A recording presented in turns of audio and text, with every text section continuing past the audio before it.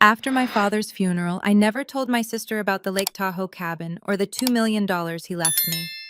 2 weeks later, my sister showed up at my front door with a smug grin, a real estate agent, and an eviction notice declaring that they were selling my house. I just smiled at her because I had already moved all my belongings out. But more importantly, she was not getting her hands on my father's cabin or his hidden wealth. My name is Natalie, 34 years old, and I work as a forensic accountant. I spend my days tracking down hidden assets, exposing financial fraud, and reading the stories that numbers try to hide. But nothing in my professional training could have prepared me for the absolute greed of my own family. It had been exactly 2 weeks since we buried my father, William. The dirt on his grave was barely settled when the aggressive pounding started on my front door. It was a crisp Tuesday morning. I had my coffee in one hand and a stack of financial ledgers in the other. I did not need to look through the peephole to know who was trying to break my door down. I pulled the door open. Standing on my porch was my older sister Courtney, her husband DeAndre, and a woman in a sharp blazer holding a clipboard, who was clearly a real estate agent. DeAndre is an investment banker. He is a tall and imposing African-American man who wears bespoke suits and carries an air of absolute superiority. His entire personality revolves around intimidating people with Wall Street vocabulary and acting like everyone else is beneath him. Courtney, as usual, hid behind his tailored shoulder. She held a heavily stamped legal document like a weapon. "We are selling the house," Courtney announced, skipping any form of greeting. She did not even look at my face. She looked past me into the hallway, already evaluating the crown molding. "You need to pack your things. We are putting it on the market this Friday, and we cannot have your cheap furniture ruining the staging." Before I continue, let me know where you are watching from in the comments below. Hit like and subscribe if you have had to stand up to entitled family members who completely underestimated your worth. Trust me, you will want to hear exactly how I dismantled their entire plan. I stood in the doorway, blocking their entrance. "I am not going anywhere right now," I said calmly. DeAndre stepped forward, adjusting his expensive tie. "Listen, Natalie. I know you are emotional, but we need to liquidate this asset immediately. My investment fund requires a rapid capital injection to leverage a new portfolio acquisition. This house is in your father's name, which means it is part of the estate. Courtney is the primary executor. We are legally well within our rights to liquidate. Do not make this difficult, or I will have my corporate legal team drown you in injunctions before the day ends." Just then, a silver luxury SUV pulled into my driveway. My mother, Barbara, stepped out. She marched up the walkway, with her designer purse clutched tight. Instead of saying hello to her grieving daughter, she immediately took Courtney's side. "Natalie, stop being so difficult," my mother snapped, glaring at me with complete disdain. "You are just a lowly accountant. You can easily rent a small apartment downtown. Your sister and DeAndre are dealing with high-level finance. They need the capital from this house right now to save his firm. You have always been so utterly selfish. It is just like when you refused to give up your college scholarship money so Courtney could buy that luxury car she wanted for her graduation. Your father is gone, so it is time you start pulling your weight and helping this family instead of leeching off his property. Look at how successful your sister is. You should be happy to contribute to her legacy." I stared at the three of them, my own mother, my golden child sister, and my arrogant brother-in-law. They were practically salivating over the bricks and mortar of the house I had lived in for 5 years. They thought they had me backed into a corner. They thought I was just a sad, grieving daughter who would roll over and hand them the keys to fund their lavish lifestyle. I took a slow sip of my coffee. The real estate agent shifted awkwardly on her feet. DeAndre crossed his arms. Courtney tapped her designer shoe against the porch. "You want to sell the house?" I asked. "Yes," Courtney sneered. "Get out." I stepped aside and made a sweeping gesture toward the front door. "Be my guest," I said, keeping my voice perfectly level. The real estate agent looked relieved and immediately started calculating her commission in her head. She pushed past me, eager to see the interior. Courtney marched right behind her with a triumphant smirk. DeAndre lingered for a second on the porch, giving me a look of pure condescension. "You are making the right choice, Natalie," DeAndre said, straightening his cuffs. "I know you do not understand high-level asset management, but tying up capital in residential real estate when the market is peaking is a rookie mistake. We are simply liquidating underperforming assets to maximize the estate portfolio. My fund requires liquidity. You will thank us when Courtney throws you a few crumbs from the eventual profit distribution." I smiled at him, the kind of smile that did not reach my eyes. "Oh, I completely understand asset management, DeAndre. That is exactly why I moved all my things out last week." Courtney stopped dead in her tracks in the entryway. She let out a sharp gasp. I watched from the doorway as the real estate agent stood frozen in the middle of the living room. The entire house was completely bare. There was no furniture, no art on the walls, no rugs covering the hardwood floors. I had even unscrewed the expensive custom light fixtures my father and I had installed together and replaced them with cheap plastic bulbs. The echo of Courtney dropping her designer bag on the empty floor was incredibly satisfying. "What did you do?" Courtney shrieked, her voice echoing off the bare walls. "Where is the antique dining set? Where are the imported leather sofas? You cannot just steal the estate furniture. You are breaking the law." "I did not steal anything," I replied, leaning casually against the doorframe. "Every single piece of furniture in this house was purchased by me. I have the receipts, the bank statements, and the credit card records to prove it. Dad let me live here rent-free, but I furnished the entire place myself. Since you were so eager to sell the property today, I figured I would save you the physical labor of clearing it out." My mother pushed her way to the front, her face turning a deep shade of red. "This is unacceptable, Natalie." DeAndre let out a loud, dramatic sigh and pinched the bridge of his nose. He looked at me like I was a stubborn child who had just colored on the walls. "Do not play these petty games, Natalie. You are wasting my valuable time. We will just hire a luxury staging company and deduct the exorbitant cost directly from your non-existent share of the inheritance. It does not change the fact that we are listing this property for top dollar by the end of the month. The market value in this zip code is easily $1.2 million. That was the exact moment I decided to drop the first bomb. I reached into my tote bag and pulled out a thick manila folder. I had spent the last 2 weeks digging through my father's financial records, utilizing every forensic accounting skill I possessed. "You might want to review the title before you start calculating your 6% commission," I said, handing the folder directly to the real estate agent. She took it hesitantly, her professional smile faltering as her eyes scanned the first page. All the color drained from her face in an instant. She took a step back from Courtney. "What is it?" DeAndre demanded, snatching the folder violently from the agent's hands. "Let me see that."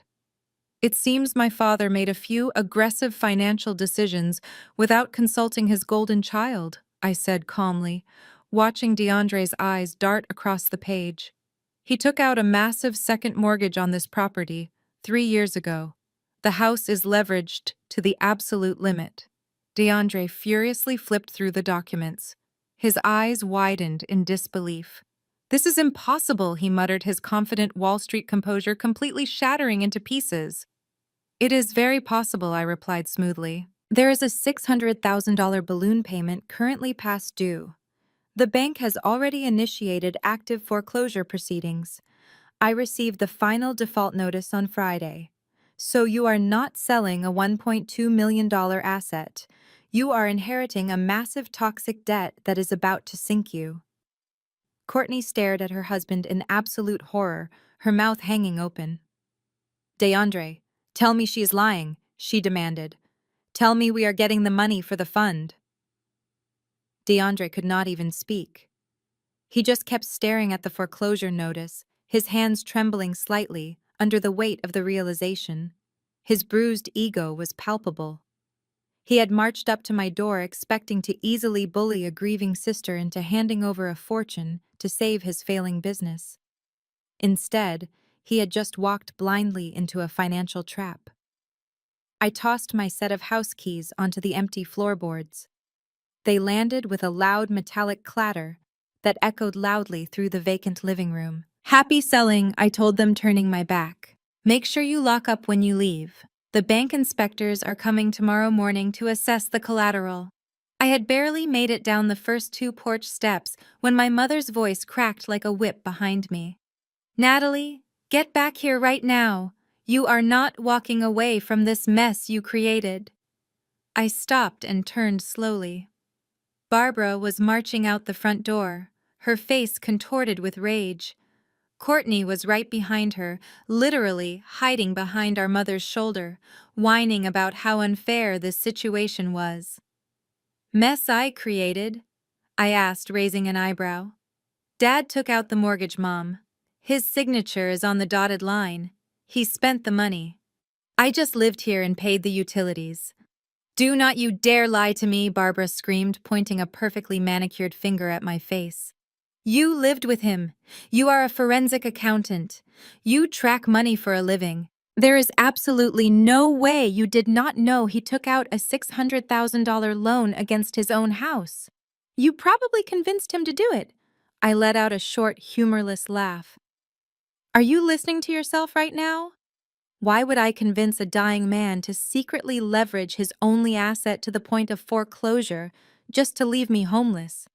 "Because you are jealous," Courtney yelled from the safety of the porch. "You have always been jealous of me and DeAndre. You knew my husband needed capital for his investment firm. You knew I was the primary executor of the estate. You set this trap on purpose to humiliate us in front of the real estate agent and ruin our financial plans." The real estate agent, realizing she was standing in the middle of a war zone, quietly slipped past them, walked to her car, and drove away without saying a single word. "Look what you did," my mother shrieked, as the agent's car disappeared down the street. "You just cost your sister a massive sale. You have been doing this your entire life, Natalie. Every time Courtney is about to succeed, you find a way to drag her down. You ruined her sweet 16 by getting the flu. You ruined her college graduation by refusing to hand over your savings account. And now, you are trying to ruin her marriage by bankrupting her husband." I stood my ground, refusing to let her toxic gaslighting work on me anymore. For my entire life, Barbara had twisted reality to make Courtney the victim and me the villain. It was textbook narcissistic parenting. The golden child could do no wrong, and the scapegoat was responsible for every minor inconvenience in their lives. I remembered how my father would just retreat to his study, too exhausted to fight Barbara's constant demands to fund Courtney's lavish lifestyle. "I did not bankrupt anyone," I said, keeping my tone completely flat and professional. "If DeAndre is such a brilliant Wall Street investment banker, he should have done his due diligence before marching over here to evict me. Any first-year finance student knows you run a title search before claiming an asset. He did not do that because he is arrogant, and he thought he could just bully me into handing over a free house." DeAndre stormed out onto the porch, his face rigid with fury. "Do not you dare speak to me about due diligence, you arrogant little clerk. You deliberately hid vital financial disclosures from the executor of the estate. I will have you sued for breach of fiduciary duty. I will drag you through probate court until you are completely penniless and begging for mercy." "You cannot sue me for a debt I do not own," I replied easily. "I am not the executor. Courtney is. Which means Courtney is the one who has to deal with the bank, the foreclosure lawyers, and the massive balloon payment. Have fun in probate court, DeAndre. Make sure you bill your hours properly, because defending a toxic asset is going to cost you a fortune in legal fees." My mother marched down the steps and grabbed my arm. Her grip was surprisingly strong. "You are going to fix this, Natalie. You are going to call the bank tomorrow and use your accounting connections to negotiate a settlement. You make a 6-figure salary. You can afford to pay off this debt so your sister can get her proper inheritance. It is your duty as a member of this family to support her."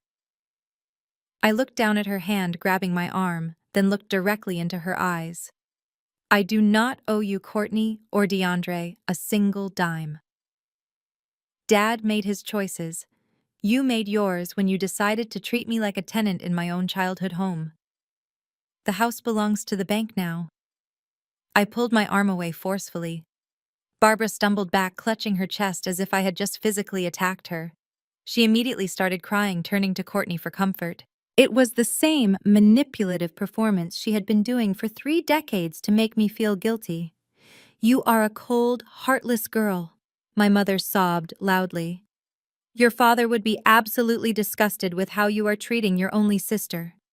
"Actually," I said, opening my car door and sliding into the driver's seat, "I think Dad knew exactly what he was doing."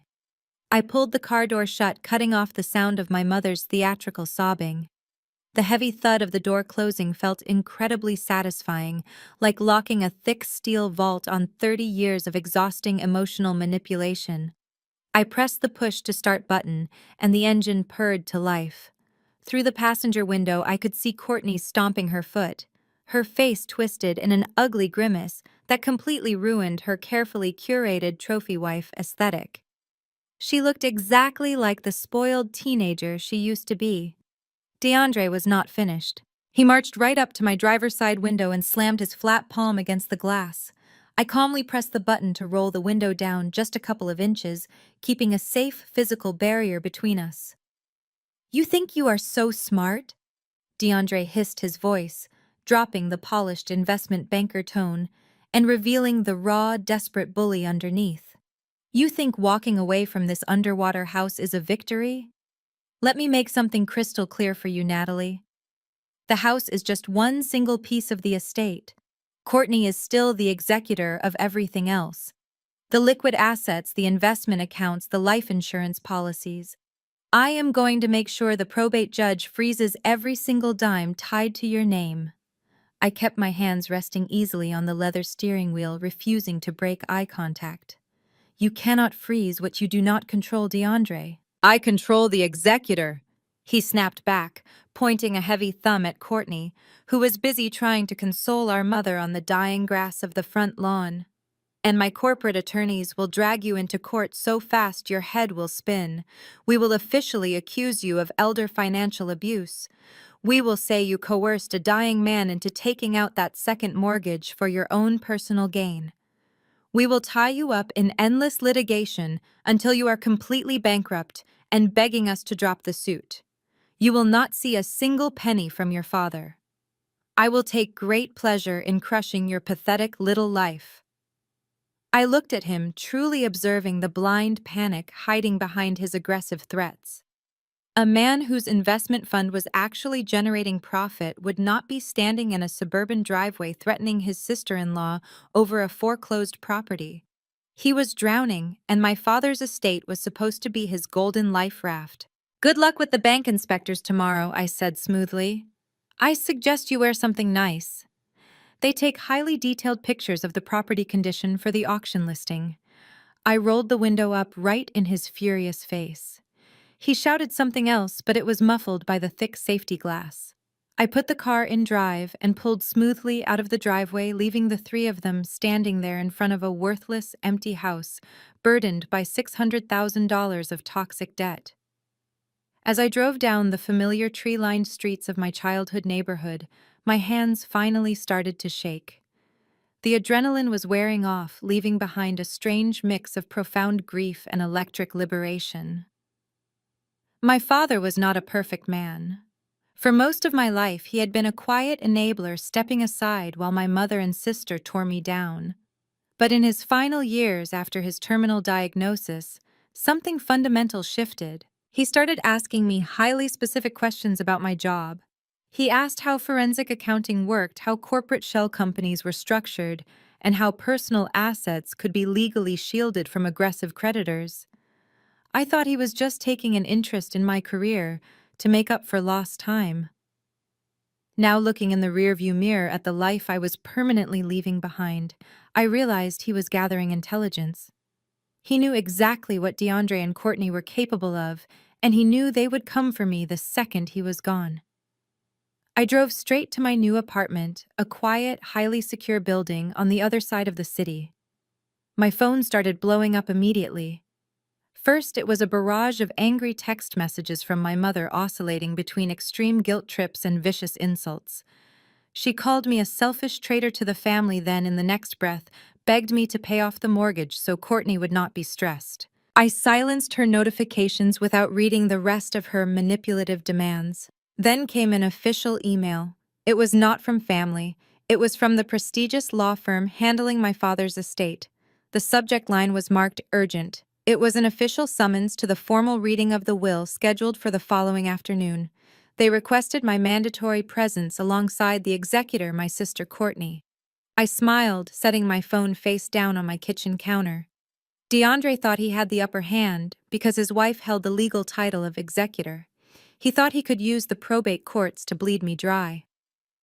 But as a forensic accountant, I knew one fundamental truth about greedy people. They always assume there is far more money than there actually is, and they never bother to check the actual ledgers until it is far too late. Tomorrow at the lawyer's office, they were going to learn a very painful lesson about liquid assets, and I was going to enjoy every single second of their spectacular disappointment. The war had just begun, but I already held the winning hand. I was just opening a bottle of red wine to celebrate my new sanctuary when my phone buzzed violently against the marble countertop. The caller ID displayed a private number.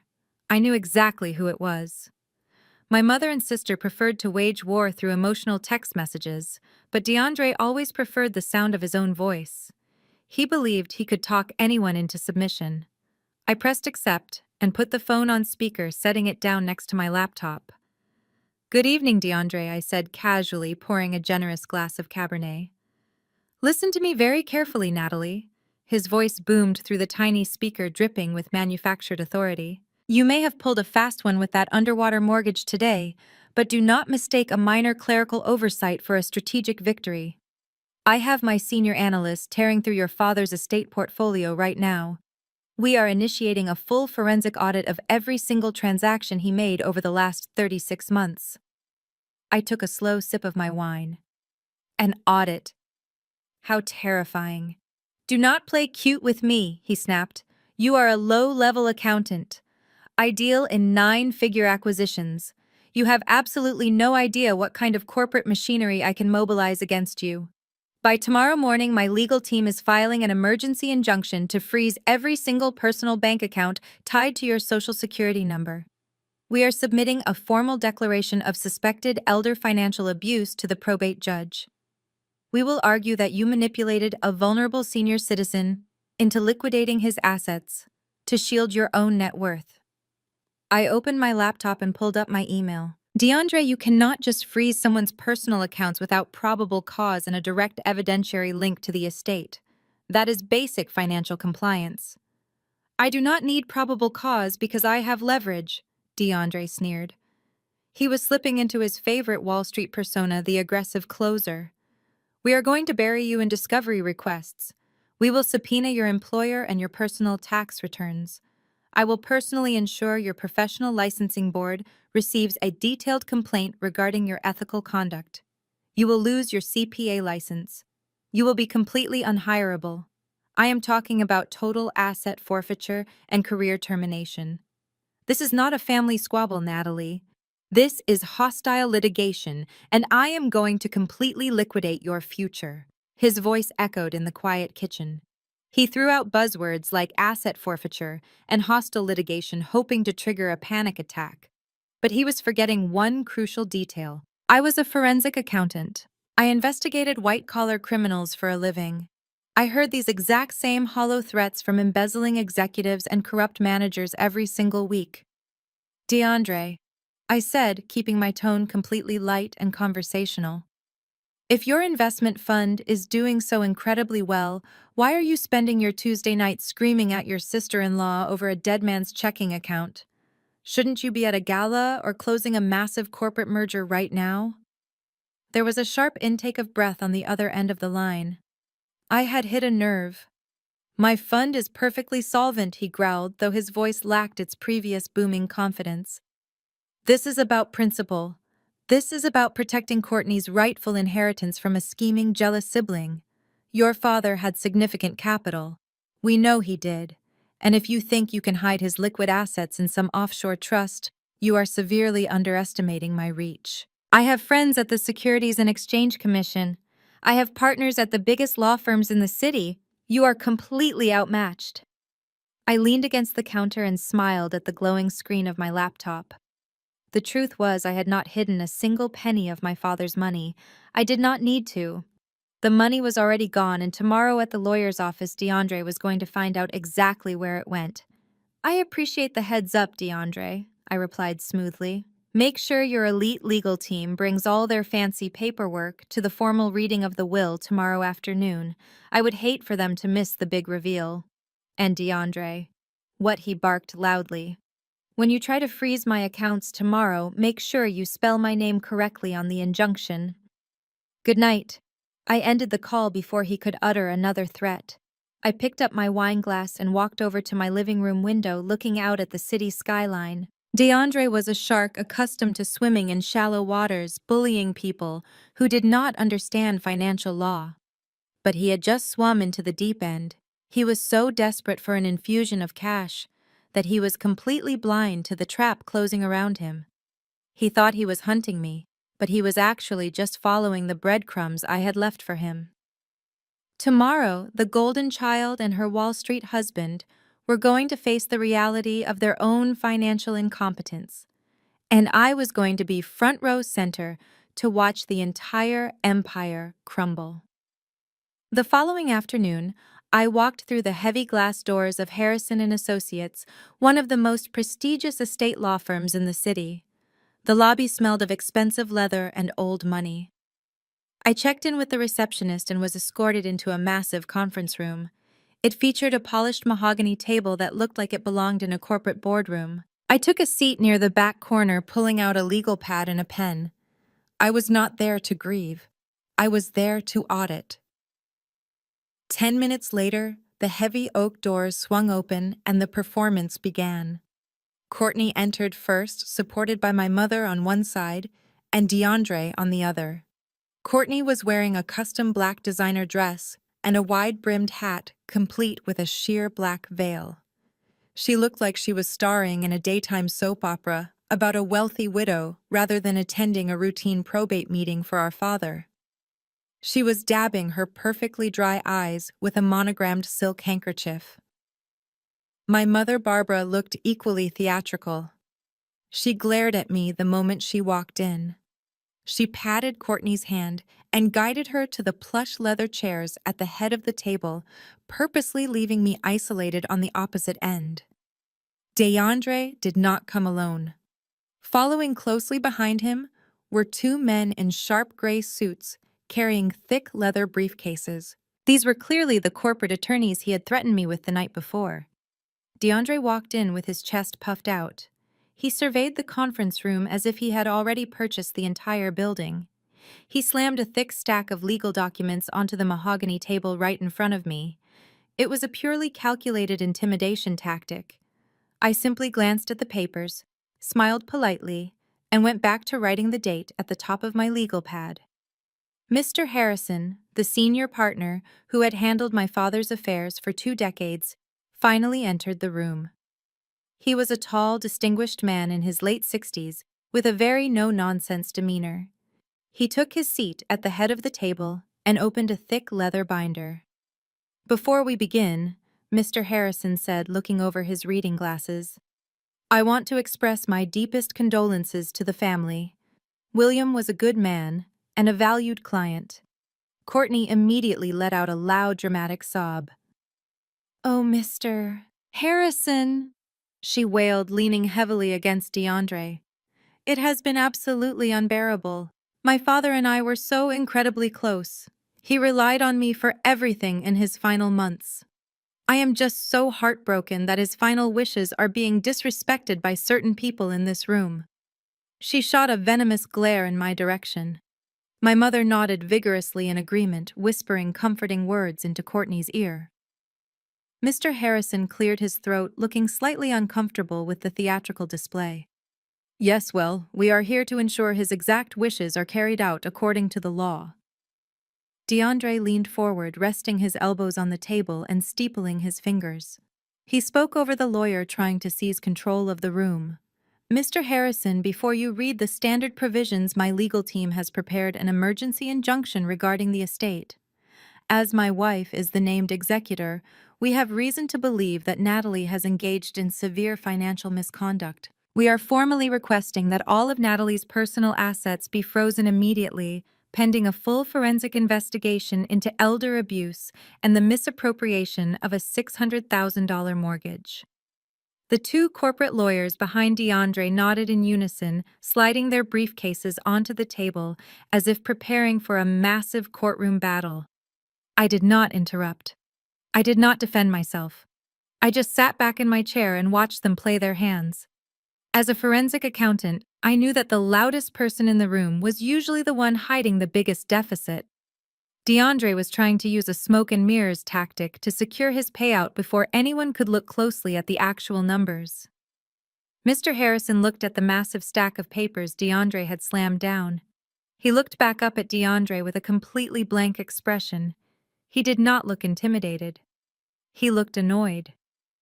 "Sir, this is a formal reading of the will," Mr. Harrison said firmly. "I am not a judge, and this is not a courtroom. I do not grant injunctions, nor do I care about your corporate attorneys. My only job today is to read the legal directives left by my client. Any disputes regarding the estate liabilities will have to be filed through probate court after the reading is concluded." DeAndre scoffed, adjusting his tie. "Fine. Read the will. Let us get to the distribution of the liquid assets so my wife can take rightful control of the accounts. We have investment schedules to maintain." Courtney dabbed her eyes one last time, sitting up perfectly straight. She was ready to receive her crown. She was ready to be handed the millions she believed our father had hoarded away. She gave me a smug, triumphant smirk across the table, fully believing she had already won. Mr. Harrison adjusted his glasses, opened the first page of the heavy binder, and began to read. "I, William, hereby declare this to be my last will and testament. I revoke all prior wills and codicils." Mr. Harrison read in a steady, monotonous voice that completely contrasted with the electric tension in the room. He went through the standard legal boilerplate, establishing his role, the payment of final debts, and the funeral expenses. Courtney sat leaning forward, her hands clasped tightly together on the mahogany table. Her tearful, grieving daughter act had completely vanished, replaced by the hungry stare of someone waiting for a winning lottery ticket to be validated. To my eldest daughter, Courtney, Mr. Harrison continued, turning to the next page. "I leave the role of primary executor of my estate. Furthermore, I bequeath to Courtney the entirety of my primary financial assets. This includes my personal checking account, my high-yield savings account, and my entire stock brokerage portfolio." Courtney let out a sharp, audible gasp of triumph. She turned to my mother, Barbara, and they shared a look of absolute victory. My mother reached out and squeezed Courtney's arm, tears of joy welling in her eyes. DeAndre leaned back in his leather chair, crossing his arms with a smug, self-satisfied grin. He looked over at his two corporate attorneys and gave them a subtle nod. In his mind, his failing investment fund was already saved. He had secured the capital. The battle was over. And finally, Mr. Harrison said, his voice remaining completely neutral. "To my youngest daughter, Natalie, I leave my deepest apologies." The room went dead silent. That was it. No mention of money for me. No mention of assets. Just an apology. Courtney actually laughed out loud, a sharp, cruel sound that echoed off the wood-paneled walls. She quickly covered her mouth with her silk handkerchief, pretending it was a sob, but the malicious delight in her eyes was unmistakable. "Well," Courtney sniffled, wiping away fake tears. "It is exactly what he wanted. He always knew who was responsible enough to handle the family legacy. Mr. Harrison, if we could just get the routing numbers for those accounts, DeAndre can facilitate the wire transfers today. We have urgent estate matters to resolve." Mr. Harrison did not look up from the binder. "It is standard practice to provide the executor with a certified statement of all financial accounts as of the exact date of passing," he said smoothly. He pulled a single sheet of paper from the back of the folder and slid it across the long table toward Courtney. This document outlines the total liquid assets you have just inherited. Courtney snatched the paper with eager hands. DeAndre leaned in close, his eyes darting hungrily toward the bottom line.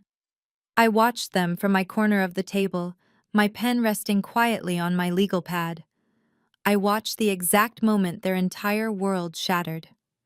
Courtney's victorious smile froze. Her eyes scanned the numbers, once then twice. The color rapidly drained from her face, leaving her pale and trembling. She brought the paper closer to her face, blinking rapidly as if the ink was playing tricks on her. Mr. Harrison, Courtney said, her voice shaking so badly she could barely form the words. There is a massive error here. You missed several zeros.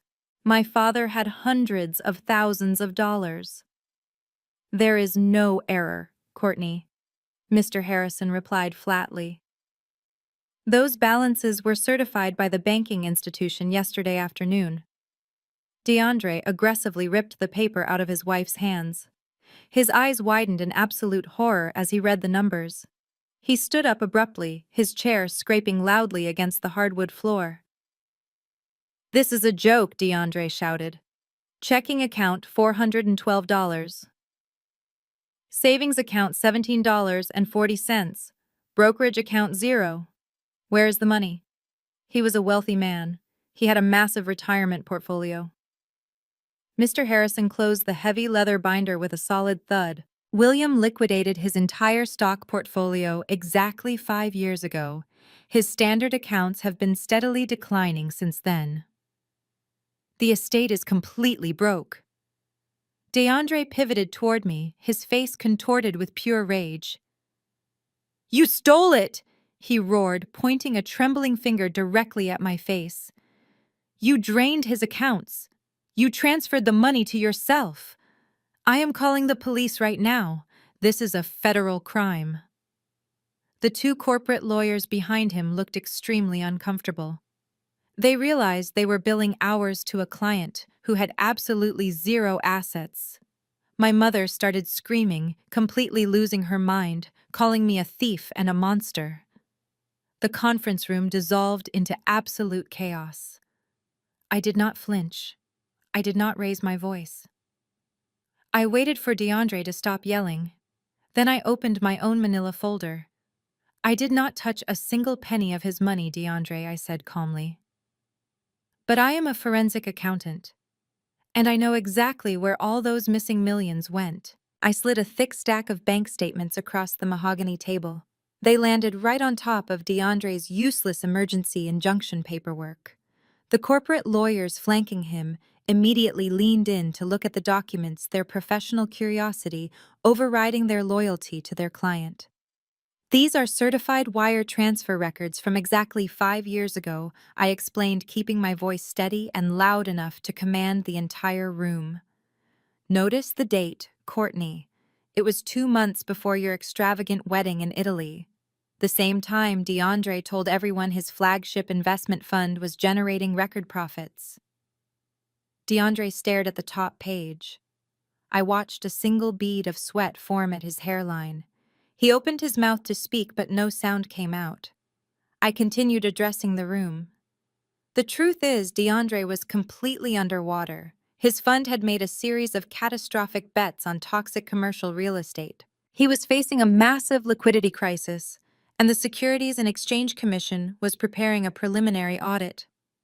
If that audit had happened, he would have been exposed for gross negligence and likely faced federal prison time. He was desperate. So he went to the one man who always bailed Courtney out of trouble. Our father. That is a complete fabrication. DeAndre finally choked out, his voice cracking. It was a strategic partnership. William wanted to diversify his portfolio. I laughed softly. Diversify his portfolio? DeAndre, he liquidated a secure high-performing retirement account to dump $2.5 million into a shell company you registered in Delaware. I pointed to the second page of the stack. Here is the incorporation paperwork for that shell company. You named it after Courtney to make Dad feel better about handing over his life savings. But the money did not go into a legitimate investment. You used it to secretly cover your massive margin calls and pay off angry investors before the federal regulators could notice the missing funds. It was a classic bailout. Courtney looked down at the documents, her hands trembling. She could not read a balance sheet, but she could read her own name on the shell company registration, and she could clearly see the $2.5 million withdrawal from our father's account. DeAndre. What is she talking about? Courtney demanded, her voice rising in pitch. Where is my father's money? Tell me she is lying. DeAndre refused to look at her. He glared at me with absolute hatred. His jaw clenched so tight I thought his teeth might shatter. He cannot tell you he is lying, I said, because I have the complete forensic trail right here. Dad saved DeAndre from prison, but DeAndre did not save the money. He continued making terrible trades.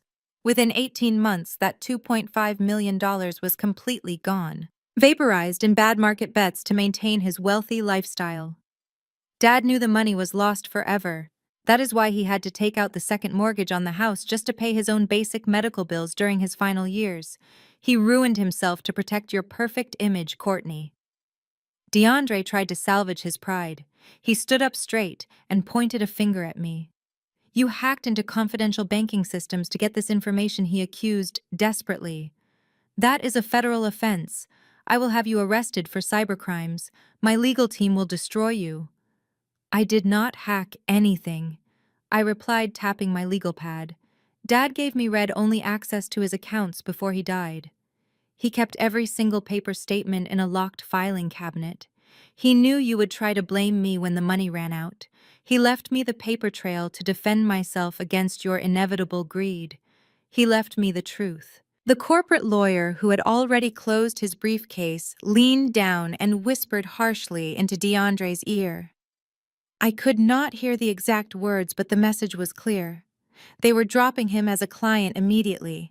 Without a massive estate to bill their exorbitant hours against, DeAndre was just another broke guy in a nice suit facing serious fraud allegations. The two lawyers stood up, offered a brief professional nod to Mr. Harrison, and walked right out of the conference room without looking back. My mother, Barbara, slammed her hand on the table, trying desperately to regain control of the narrative.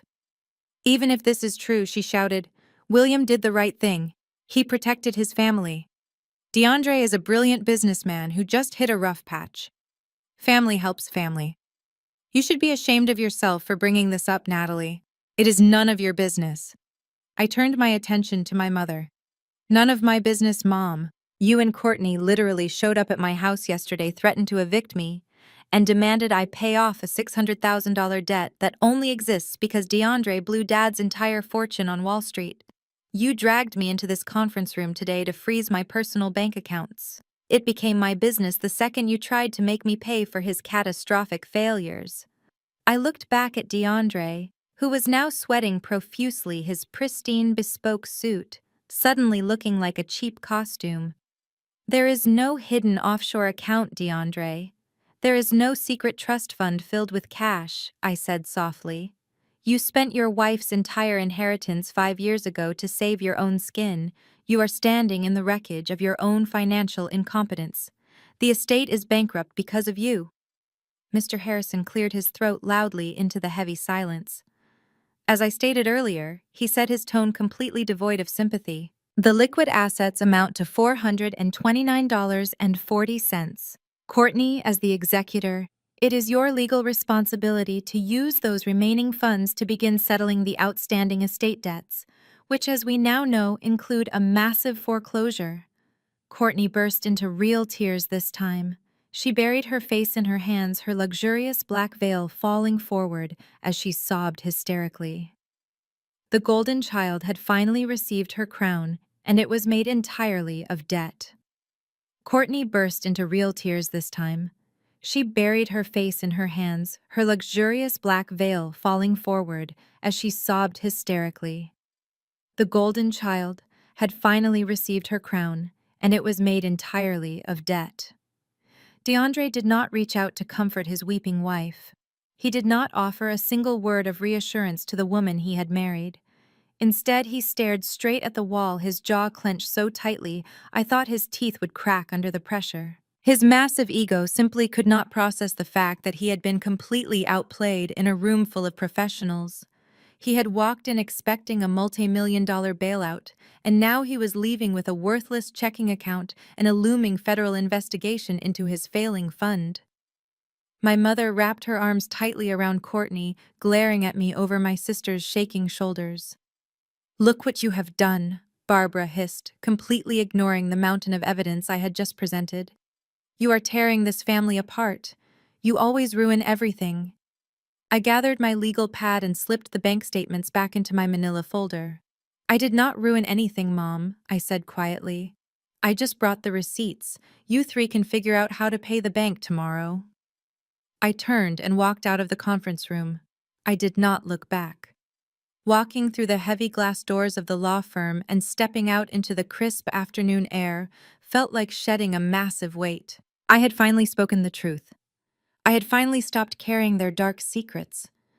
I assumed that exposing DeAndre's financial crimes would force him to retreat and focus on saving himself from the Securities and Exchange Commission. I assumed the war was over. I was completely wrong. A man like DeAndre does not retreat. When a narcissist is backed into a corner, they do not apologize. They escalate. The retaliation came less than 24 hours later. I was sitting at my desk in my home office the next morning, drinking my coffee and reviewing some case files for a new corporate client. My phone vibrated with a text message from my property management company. It was an automated alert stating that my scheduled rent payment for my new apartment had been declined due to insufficient funds. I frowned. That was impossible. I had just transferred ample funds into my primary checking account 2 days ago. I picked up my phone and opened my mobile banking application. The screen loaded and immediately a bright red banner flashed across the top of the interface. It read, "Account restricted. Please contact your financial institution immediately." My heart skipped a beat. I quickly logged into my secondary savings account. The exact same red banner appeared. I checked my investment portfolio and my emergency credit cards. Every single financial lifeline attached to my Social Security number had been locked down. Before I could even dial the customer service number for my bank, an email popped up on my laptop screen. The sender was a senior partner at a notoriously aggressive litigation firm in the city, a firm known for taking on high-profile corporate warfare cases. Attached to the email was a scanned legal document. It was a temporary restraining order and a full asset freeze signed by a probate judge early that morning. DeAndre had actually done it. After his own corporate lawyers walked out on him yesterday, he must have spent the entire night calling in every single favor he had left in the financial district.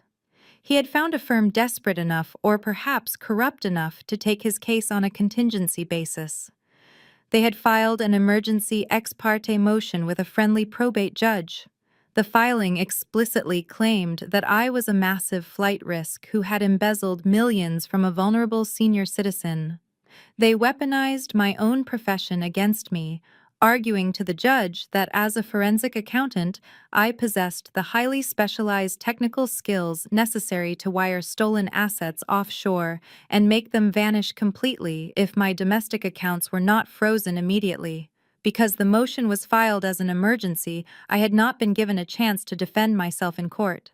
The judge had granted the temporary freeze pending a full investigative hearing next week. My phone buzzed again. This time it was a direct text from DeAndre. "I told you I would liquidate your future," the message read. "You might have humiliated me in that conference room yesterday, but you completely forgot who you are dealing with. I have friends in very high places. As of this morning, you cannot pay your rent. You cannot buy your groceries. You cannot even afford to put a retainer down for a defense attorney to fight this legal injunction. You are completely locked out of the financial system. Hand over the real account numbers, Natalie. Tell me exactly where the rest of the old man's money is hidden, or I will let you starve in the streets while my lawyers dismantle your entire life. You have 24 hours to comply before I file criminal charges." I sat back in my chair and stared at the threatening message. He was trying to starve me out. He was using the legal system as a weapon of financial abuse, a tactic I had seen corrupt executives use countless times to silence whistleblowers. He thought stripping me of my immediate cash flow would break my spirit and force me to submit to his demands. But DeAndre had made a critical miscalculation. He assumed my personal bank accounts were my only safety net. He assumed I was entirely dependent on the standard financial system. He had no idea that my father, anticipating this exact level of vicious retaliation, had given me a completely different kind of inheritance. 3 weeks before he died, the atmosphere in my father's hospital room was suffocating. The rhythmic beeping of the heart monitor was the only sound cutting through the heavy silence. My mother and Courtney had just left to get lunch at an upscale bistro down the street, complaining loudly about the uncomfortable hospital chairs. The second the heavy door clicked shut behind them, my father's entire demeanor changed. He reached out with a trembling hand and gripped my wrist with a desperate strength I did not know he still possessed. "Lock the door, Natalie," he whispered, his voice raspy but completely clear. "Pull the blinds. Hurry." I did exactly as he asked, sliding the heavy deadbolt into place and twisting the plastic wand to shut out the glaring afternoon sun. When I turned back to the bed, he was struggling to pull a small leather pouch from underneath his mattress. He gestured for me to come closer. "Listen to me very carefully," he said, pressing the pouch into my palms. "Inside you will find a brass key and a slip of paper. Do not show these to your mother. Do not let Courtney know they exist. And whatever you do, keep them as far away from DeAndre as physically possible." I opened the pouch. Inside was a heavy old-fashioned key and a folded index card with a string of GPS coordinates and a 6-digit sequence of numbers. I looked at him in total confusion. "Dad, what is this?" I asked. "It is the only real thing I have left to give you," he replied, sinking back into the pillows, exhausted by the effort. "Those coordinates lead to a cabin in Lake Tahoe. It is completely off the grid. I bought it decades ago before DeAndre ever entered the picture, before your mother's spending spiraled out of control. It is not in my name. It is not tied to my social security number or the primary estate. I placed it in an irrevocable trust 5 years ago, and you are the sole beneficiary." I stared at the brass key in my hand. An irrevocable trust meant the property could not be touched by probate court creditors or angry family members. It was an ironclad legal fortress. But why, I asked, feeling a lump form in my throat. Why hide it? "Because I knew this day was coming," he said, his eyes filled with a profound sorrow. "I knew DeAndre was drowning in debt. I knew I had enabled your sister and your mother for far too long, buying their affection while ignoring your independence. I watched you build your career. I watched you become a brilliant forensic accountant. You built your life on the truth, Natalie. I built mine on keeping the peace. But peace built on lies always collapses." He tapped the index card in my hand. "When I am gone, DeAndre is going to come for everything. He is desperate. He will use his lawyers to twist the law. He will try to freeze your life and force you to pay for his mistakes. When he does, you take that key. You drive to Tahoe. Inside the cabin, hidden beneath the floorboards in the master bedroom closet, is a fireproof safe. Those 6 digits will open it." "What is inside the safe?" I asked, my heart pounding against my ribs. "My insurance policy for you," he answered simply. "DeAndre thinks he is the smartest man in the room. He thinks he can hide his dirty money and his illegal trades. But I kept the records, Natalie. I kept the ledgers. Everything he tried to bury when he blew my retirement fund is sitting in that safe. When he tries to destroy you, I want you to open that safe and burn his entire empire to the ground." A sharp knock on the hospital door jolted me back to the present moment. I was sitting in my apartment, staring at the threatening email from DeAndre's lawyers. The temporary restraining order was designed to paralyze me. Without access to my checking accounts or credit cards, DeAndre expected me to panic surrender and hand over whatever imaginary wealth he thought I possessed. I slowly closed my laptop. I did not feel panic. I felt an incredible surge of absolute clarity. I stood up, walked into my bedroom, and opened the small locked drawer in my nightstand. The leather pouch was exactly where I had hidden it 3 weeks ago. I pulled out the brass key and the index card with the Tahoe coordinates. DeAndre wanted a financial war. He wanted to use the legal system to starve me into submission. But I was not a helpless victim waiting for my accounts to unfreeze. I grabbed a duffel bag from my closet and started throwing in warm clothes, a flashlight, and my portable hard drives. I had enough cash in my emergency envelope to buy gas and food for the trip. The drive to Lake Tahoe would take exactly 4 hours. It was time to open the safe. I merged onto the interstate, pushing my car slightly over the speed limit.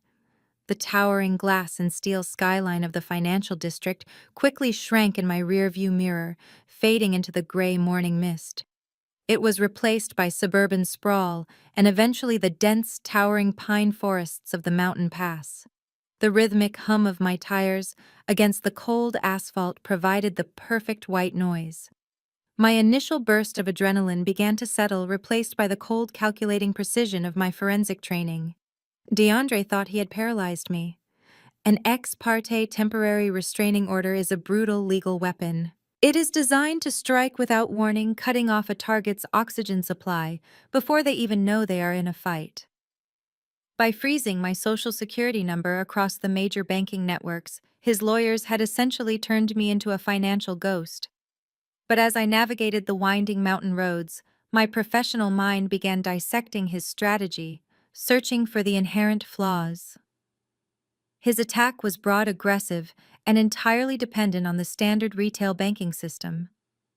He assumed I was a typical consumer whose entire life was tied to a primary checking account.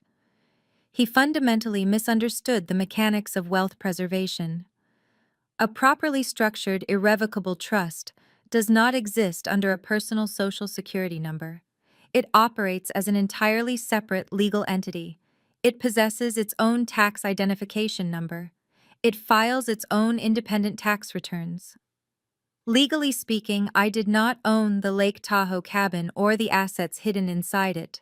The trust owned them. DeAndre could freeze Natalie, the individual, all he wanted, but he possessed absolutely zero legal authority to breach an independent trust without highly specific federal court orders. And to get those orders, he first had to know the trust existed. But I also knew I could not afford to be complacent. DeAndre was a drowning man, and drowning men thrash violently. He would not stop at a simple asset freeze. By now, his high-priced attorneys would have hired private investigators. They would be running skip traces, pulling regional utility bills, and scanning state property tax databases, looking for any hidden assets connected to my father's extended history. My father had layered the trust behind a corporate proxy to obscure the ownership, which bought me time, but it was not invisible. Given enough billable hours, a good investigator would eventually connect the dots and find the cabin. I was no longer just driving. I was running a race against a ticking clock. 2 hours into the drive, my fuel gauge dipped below a quarter tank. I pulled into a small, desolate gas station, sitting on the edge of the highway. I parked at the pump furthest from the security cameras. I did not even touch my wallet. Using a frozen debit card would do more than just result in a declined transaction. It would instantly ping the bank's fraud detection network with a merchant category code and a precise geographic zip code. DeAndre's legal team could easily subpoena those real-time digital footprints to track my exact location. Instead, I reached into my duffel bag, pulled out a crisp $50 bill from my emergency cash envelope, and paid the attendant inside. Cash leaves no digital shadow. Cash is completely untraceable. I got back on the road, my grip tightening on the steering wheel as the elevation continued to climb. The temperature outside plummeted, and patches of white snow began to appear beneath the dense canopy of trees. The GPS on my dashboard directed me away from the main tourist highways and onto a series of increasingly narrow, unpaved logging roads. The cellular service bars on my phone screen slowly dropped one by one until a bold "no service" warning appeared. I was completely off the grid. The isolation was both terrifying and deeply comforting. For my entire life, I had been surrounded by the constant, suffocating noise of my family's expectations. My mother's endless criticism, Courtney's manufactured dramas, and DeAndre's arrogant posturing. Up here, surrounded by ancient trees and mountain air, their voices could not reach me. I was stepping into the only space my father had ever truly protected. After 4 hours of driving, the thick tree line finally broke. I eased my foot onto the brake pedal. Sitting at the end of a long, hidden driveway overlooking a pristine, secluded cove of the lake was the cabin. It was a beautiful, sturdy structure made of dark wood and heavy stone built to withstand the harshest winters. It looked less like a vacation home and more like a fortress. I put the car in park, killed the engine, and pulled the heavy brass key from my pocket. It was time to find out exactly how much ammunition my father had left me to win this war. I stepped out of the car and the crisp mountain air instantly hit my face. The silence was absolute. I walked up the wooden steps to the front porch, the old boards groaning softly under my weight. I slid the heavy brass key into the deadbolt. It turned with a solid, satisfying click. I pushed the door open and stepped into the main living area. The air inside was stale and smelled faintly of pine needles and old leather. Dust motes danced in the shafts of sunlight piercing through the tall windows. It was a beautiful space featuring a massive stone fireplace and solid oak furniture, but I was not there to admire the architecture. I dropped my duffel bag on the floor and headed straight down the narrow hallway toward the master bedroom. My father had been highly specific, hidden beneath the floorboards in the master bedroom closet. I opened the closet doors and knelt on the hardwood floor. I used the flashlight from my bag to examine the wooden planks. At first glance, the floor looked completely seamless, but as I ran my fingers along the edges near the back right corner, I felt a slight indentation. I pressed down hard on the adjacent board, and the hidden panel popped up just enough for me to get a grip. I pulled the heavy section of flooring away, revealing a dark square cavity underneath. Resting inside was a massive fireproof safe. It was the kind of safe businesses use to protect highly sensitive intellectual property.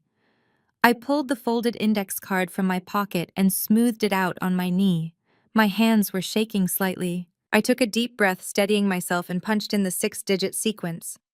6, 8, 2, 4, 1, 9. The digital keypad beeped in acknowledgement, followed by the heavy mechanical thud of the internal locking bolts retracting. I grabbed the cold steel handle and pulled the heavy door open. The safe was not filled with stacks of cash. Instead, it was packed tightly with thick black leather binders, external hard drives, and neatly organized manila folders. I reached in and pulled out the thickest binder sitting right on top. The gold lettering embossed on the cover read, "The William and Natalie Independent Trust." I sat cross-legged on the dusty floor and opened the binder. As a forensic accountant, I read legal documents the way other people read novels.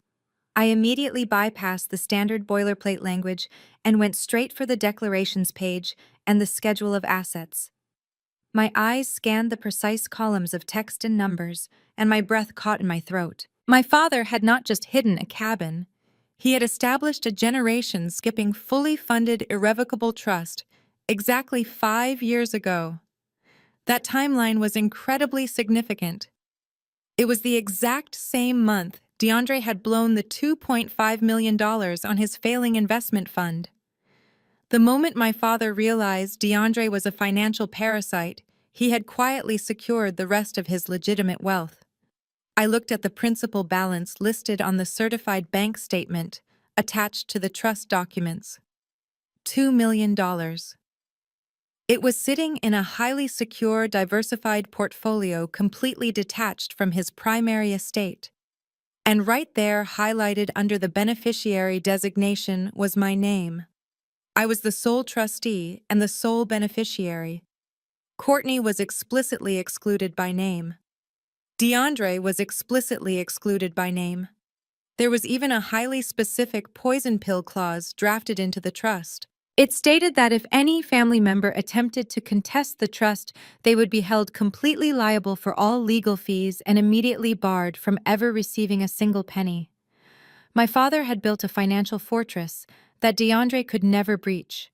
Because the trust was irrevocable, the assets legally did not belong to my father at the time of his death.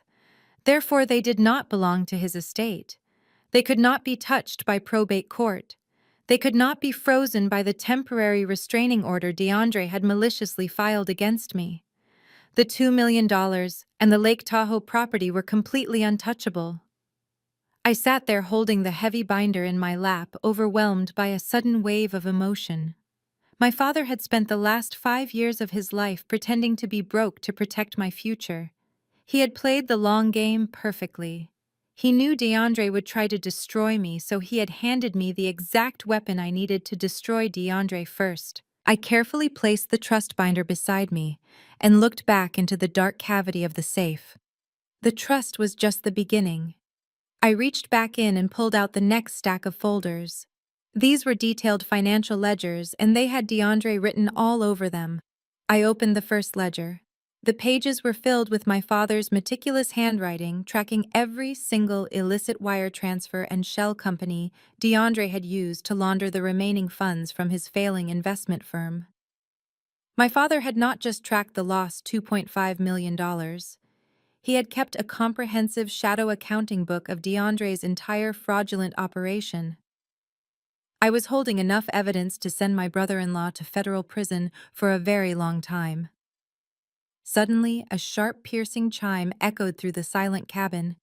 It startled me so badly I nearly dropped the heavy ledger. It was my personal cell phone buzzing loudly. The device had automatically connected to the cabin's hidden satellite internet network the moment I walked through the door, bypassing the dead cellular zone. A notification banner flashed across my locked screen from the security application. Motion was detected at the front gate.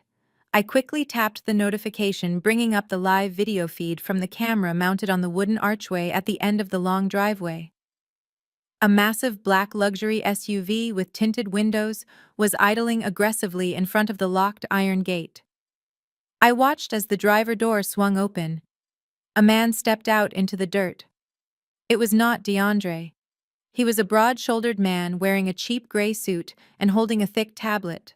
He walked directly up to the gate, inspecting the heavy padlock. This had to be the private investigator DeAndre had hired to track me down. The back door of the SUV opened next, and DeAndre stepped out into the crisp mountain air. He was wearing an expensive camel hair overcoat over his tailored suit, looking entirely out of place in the rugged wilderness.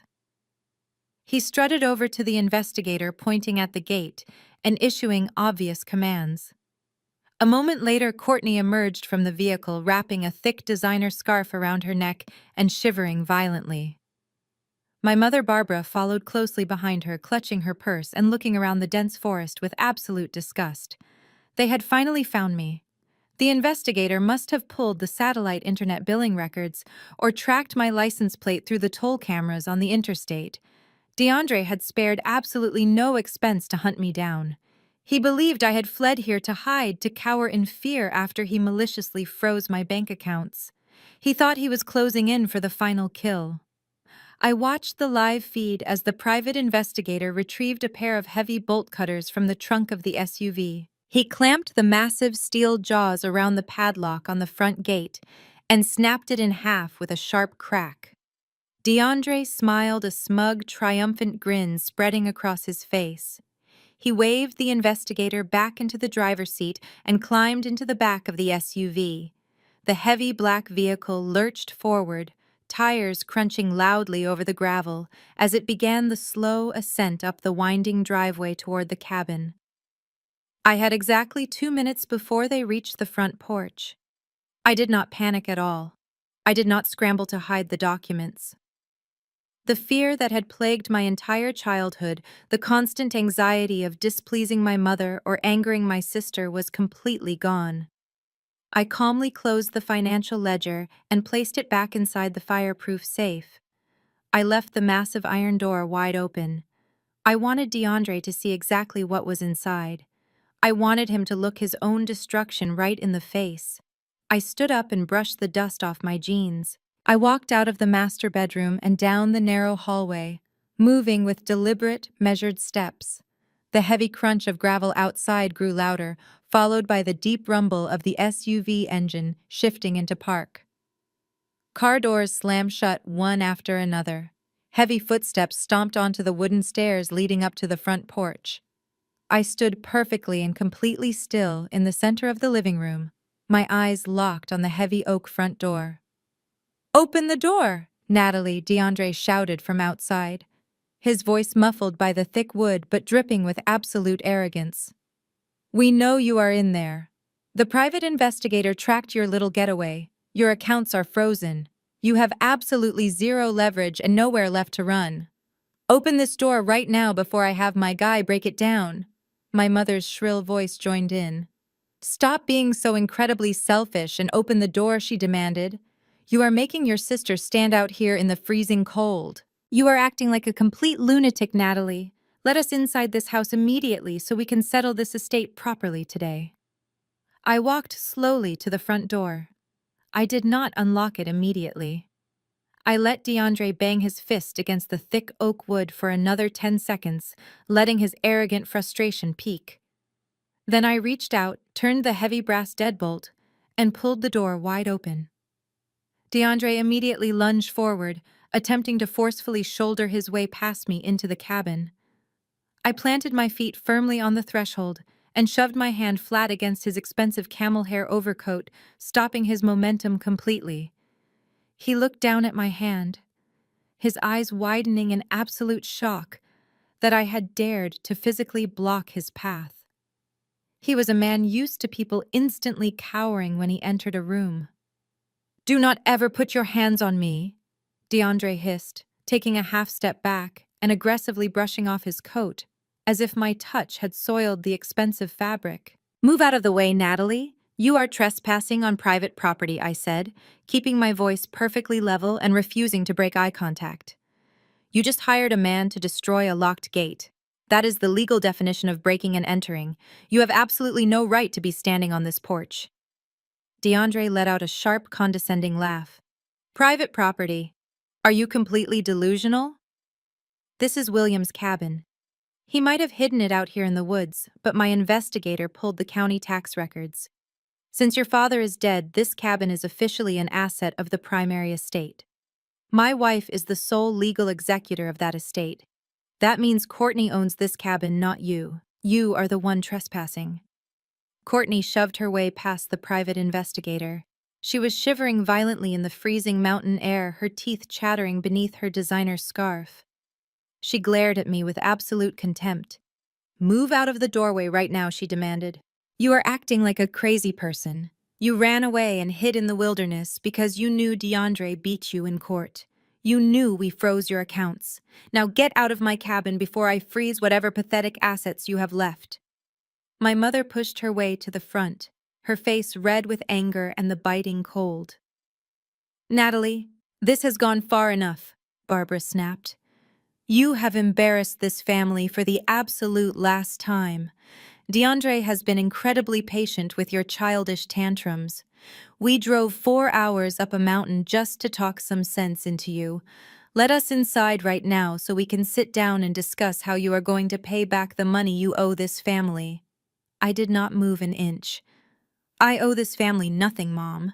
And I certainly do not owe a single dime to a man who uses the legal system to terrorize people." DeAndre reached into his pocket and pulled out his sleek smartphone. His face was twisted into a cruel, triumphant sneer. He held the screen up to my face so I could clearly see the keypad. "I am dialing the local sheriff right this second," DeAndre threatened, his voice booming across the quiet porch. "I am going to tell them that a disgruntled, estranged family member is illegally squatting in an estate property. I will tell them you are a flight risk who fled a legally binding court order. I will tell them you are hostile and uncooperative. The sheriff will drive up here, put you in handcuffs, and drag you out of this cabin. You will spend the night in a freezing mountain jail cell while we change the locks and sell this place to the highest bidder." The private investigator crossed his arms, standing ominously behind DeAndre to add physical intimidation to the threat. Courtney smirked, clearly enjoying the idea of seeing me arrested. I looked at the phone in his hand, then looked directly into DeAndre's eyes. I did not blink. I did not flinch. "Call them," I challenged him. DeAndre hesitated. His thumb hovered over the screen, clearly confused by my complete lack of fear. Go ahead and call them, DeAndre. I repeated, my voice echoing slightly in the crisp air. Tell the sheriff exactly where you are. Tell them you hired a thug to use bolt cutters on a locked iron gate. Tell them you are attempting to seize a property without a single piece of paper proving ownership. Because when they get here, I will gladly show them the certified notarized documents proving that this cabin belongs to an irrevocable trust, and I am the sole legal trustee. I will press federal charges for property damage and attempted extortion. So please make the call right now. DeAndre stared at me.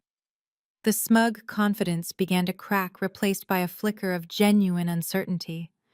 He slowly lowered his phone, though he refused to put it back in his pocket. He was a bully who relied entirely on bluffing, and I had just called his ultimate bluff. I decided it was time to move the confrontation exactly where I wanted it. I stepped back from the threshold and swung the heavy oak door wide open, gesturing toward the interior of the cabin. But since you drove all this way to find the truth, I said smoothly, I would hate for you to leave empty-handed. Come inside. Step into my cabin. I have something in the master bedroom I really want you to see. DeAndre did not wait for me to lead the way. He snatched the heavy steel bolt cutters right out of the private investigator's hands and pushed aggressively past me into the living room. His heavy leather boots pounded against the antique hardwood floor, tracking wet mountain dirt across the rugs. He was a man completely consumed by panic and rage, desperate to regain the upper hand. I pointed down the narrow hallway toward the master bedroom, keeping my posture entirely relaxed. Instead of simply turning the brass knob on the closed bedroom door, DeAndre hoisted the heavy bolt cutters and swung them with all his might directly into the wooden door frame. The heavy metal crashed into the vintage lock, shattering the solid oak and completely destroying the internal mechanism. Wood splinters flew across the hallway carpet. It was a purely animalistic display of dominance. He wanted to make it absolutely clear that he was not an invited guest taking a polite tour of the property. He was a conqueror, seizing a valuable asset by brute force. He kicked the ruined door open and stormed into the room. I stood in the hallway, watching this pathetic display of toxic masculinity. I did not even have a chance to follow him inside before my mother stepped directly into my path, completely blocking my way. Barbara's face was contorted with a mixture of absolute disgust and panicked desperation. The private investigator wisely decided to wait out on the front porch, clearly recognizing that this family dispute was about to turn incredibly ugly. Courtney hovered in the background, wrapping her coat tighter around herself. You are an absolute monster, my mother hissed, her voice vibrating with pure venom. How dare you speak to DeAndre that way? How dare you lie to us and hide your father's property in some secret trust fund? You think you are so incredibly smart, sneaking behind our backs to steal what rightfully belongs to your sister. I looked down at her. I did not lie, Mom. Dad hid this property because he knew exactly what DeAndre was. He knew DeAndre would steal everything to save his own sinking ship. The slap came so fast, I did not even have time to brace myself. Barbara swung her arm back and struck me across the face with an open palm. The sharp, stinging crack echoed loudly in the narrow wooden hallway. The force of the blow snapped my head to the side, and a hot metallic taste instantly filled my mouth, where my teeth had caught the inside of my cheek.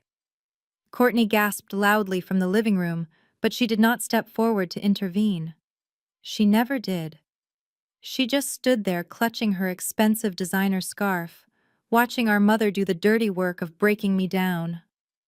You listen to me, you ungrateful little wretch, Barbara screamed, stepping so close I could smell the stale coffee on her breath. You are going to walk into that room right now, and you are going to sign every single piece of paper DeAndre puts in front of you. You are going to transfer that trust and the cabin and every last penny of that hidden money directly to your sister. She is the legal executor. She is the rightful heir. You have caused this family enough embarrassment and financial ruin. We are taking what belongs to us, and you are going to stand there and let us." I slowly turned my head back to face her. My cheek was burning, throbbing with a bright, hot pain, but my eyes remained completely dry. For 34 years, a physical strike from my mother would have sent me spiraling into a desperate cycle of apologies and tearful begging. I would have done anything to earn her conditional approval back. But standing in that hallway, tasting my own blood, I felt absolutely nothing for her. The emotional grip she had on my soul was completely gone. She was just a bitter, greedy woman blindly defending a corporate criminal. I swallowed the blood in my mouth and gave her a chilling, empty smile. "You hit hard, Mom," I said quietly. "But physical violence is not going to change the accounting." Before Barbara could raise her hand to strike me a second time, a loud, frantic shout erupted from the master bedroom. It was DeAndre. "Natalie, get in here right now," he roared. His voice did not sound authoritative anymore. It sounded incredibly unstable and completely frantic. I stepped around my mother, leaving her standing frozen in the hallway, and walked straight into the bedroom. DeAndre was on his knees in front of the open closet, furiously pulling out thick manila folders from the fireproof safe. DeAndre was on his knees in front of the open closet, furiously pulling out thick manila folders from the fireproof safe. But he could not open them. He could not access the actual hard drives or the core documents. Because while I had left the massive iron door of the safe wide open for him to see the internal compartment containing the actual ledgers, and the trust binder was secured by a secondary heavy-duty steel grate. It was a dual locking system. My father had anticipated that someone might force their way into the cabin and crack the outer shell, so he had installed an inner cage that required a completely different combination. DeAndre was yanking violently on the steel grate, his knuckles turning white from the exertion. He was breathing heavily, his pristine suit jacket riding up his back, making him look less like a sophisticated investment banker and more like a desperate street thief. "Open this," DeAndre commanded, not even bothering to look back at me. "Open this grate right now, Natalie. I know the money is in here. I can see the binders." I leaned casually against the shattered wooden doorframe.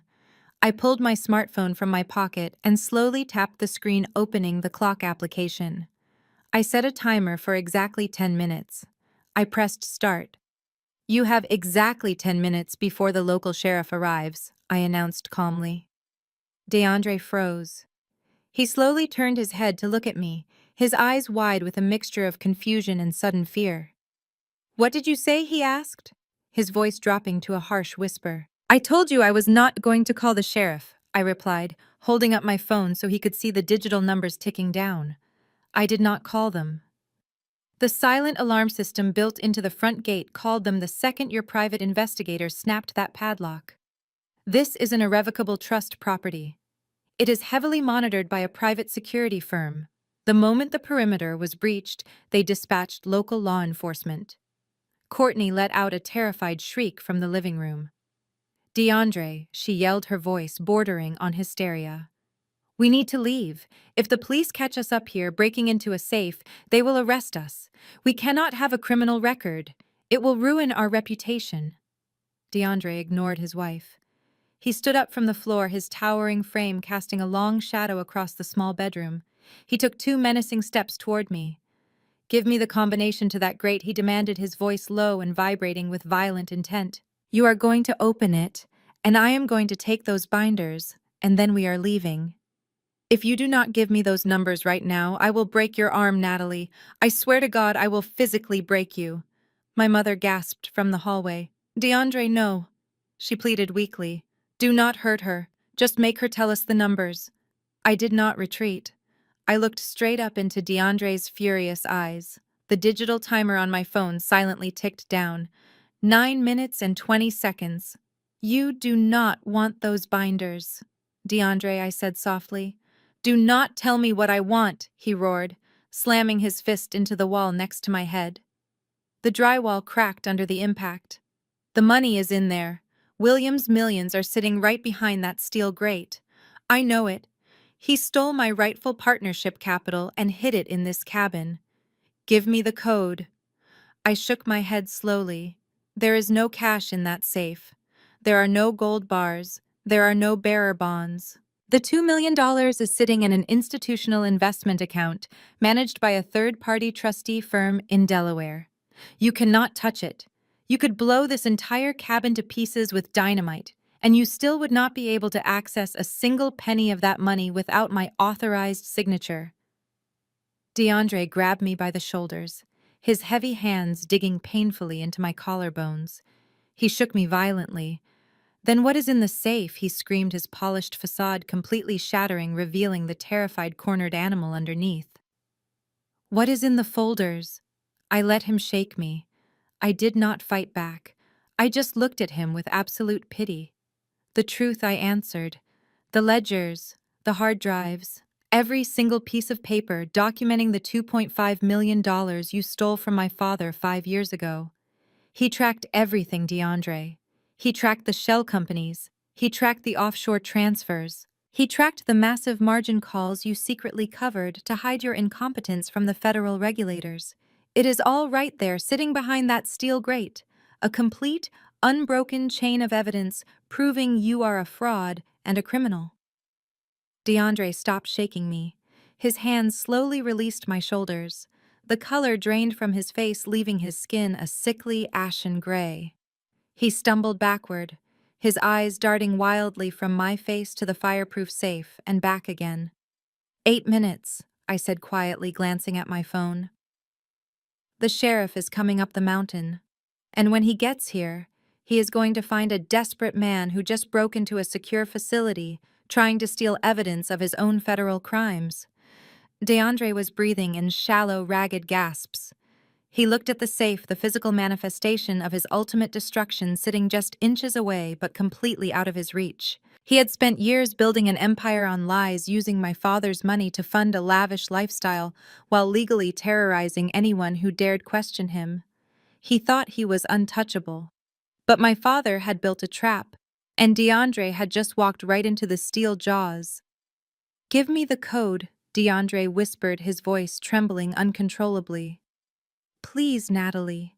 Give me the code so I can destroy the ledgers before the cops get here. I will drop the injunction. I will unfreeze your accounts. I will walk away. Just give me the code. I smiled. A cold, hard smile that I had learned from years of watching him bully my family. No. DeAndre stared at me, the single syllable hanging in the heavy air between us. The absolute finality of my refusal seemed to shatter whatever fragile grip he still had on his sanity. He let out a primal, guttural scream of pure frustration and grabbed the heavy steel bolt cutters from the floor. For a split second, I thought he was going to swing them at me. Instead, he raised them high above his head and brought them crashing down violently against the solid steel grate of the inner safe. The metal clanged deafeningly, sending sparks flying across the dusty closet floor, but the dual locking mechanism did not even dent. He swung again, and again. Each strike was more frantic than the last. He was destroying the closet, destroying the remaining shreds of his sophisticated Wall Street facade, but the grate held firm. 7 minutes, I announced, checking my phone screen. You are wasting your energy, DeAndre. That is military-grade steel. My mother pushed past me into the bedroom, her eyes wide with terror as she watched her perfect son-in-law completely lose his mind. DeAndre, stop it! Barbara cried out, grabbing his arm. You are going to give yourself a heart attack. Please, we just need to leave. We can call the lawyers when we get back to the city. DeAndre shoved her away so hard she stumbled backward into the wall. Shut up, Barbara, he roared, his chest heaving as he dropped the heavy bolt cutters. The lawyers cannot fix this. If the feds get their hands on those ledgers, I am going to federal prison for the rest of my life. Courtney stood frozen in the doorway, her mouth hanging open. Prison? She repeated the word, sounding completely foreign on her lips. DeAndre, what are you talking about? What did you do? He completely ignored his wife. He turned back to me, dropping to his knees. The arrogant, imposing investment banker was gone. In his place was a pathetic, broken man begging for his freedom. "Natalie, I will give you anything," he pleaded, tears of pure panic streaming down his face. "I will sign over the house. I will give you Courtney's entire inheritance. I will publicly apologize. Just give me the numbers. Let me burn the ledgers in the fireplace before the sheriff pulls up that driveway. Please." I looked down at him. I looked at my mother, who was clutching her chest in shock. I looked at Courtney, who was finally realizing that her entire luxurious life was built on a massive criminal lie. I wanted DeAndre to hold the evidence. I wanted the sheriff to walk through that door and find him with his hands completely covered in the exact documents he was trying to destroy. It would instantly upgrade his crimes from simple financial fraud to active tampering with federal evidence. "Fine," I said softly. DeAndre's head snapped up. 4, 7, 9, 2, 1, 5. I recited the numbers clearly and slowly. DeAndre did not hesitate. He scrambled forward on his hands and knees, practically throwing himself at the digital keypad attached to the steel grate. His fingers were shaking so violently he messed up the first attempt and had to clear the screen. On the second try, he punched the numbers in perfectly.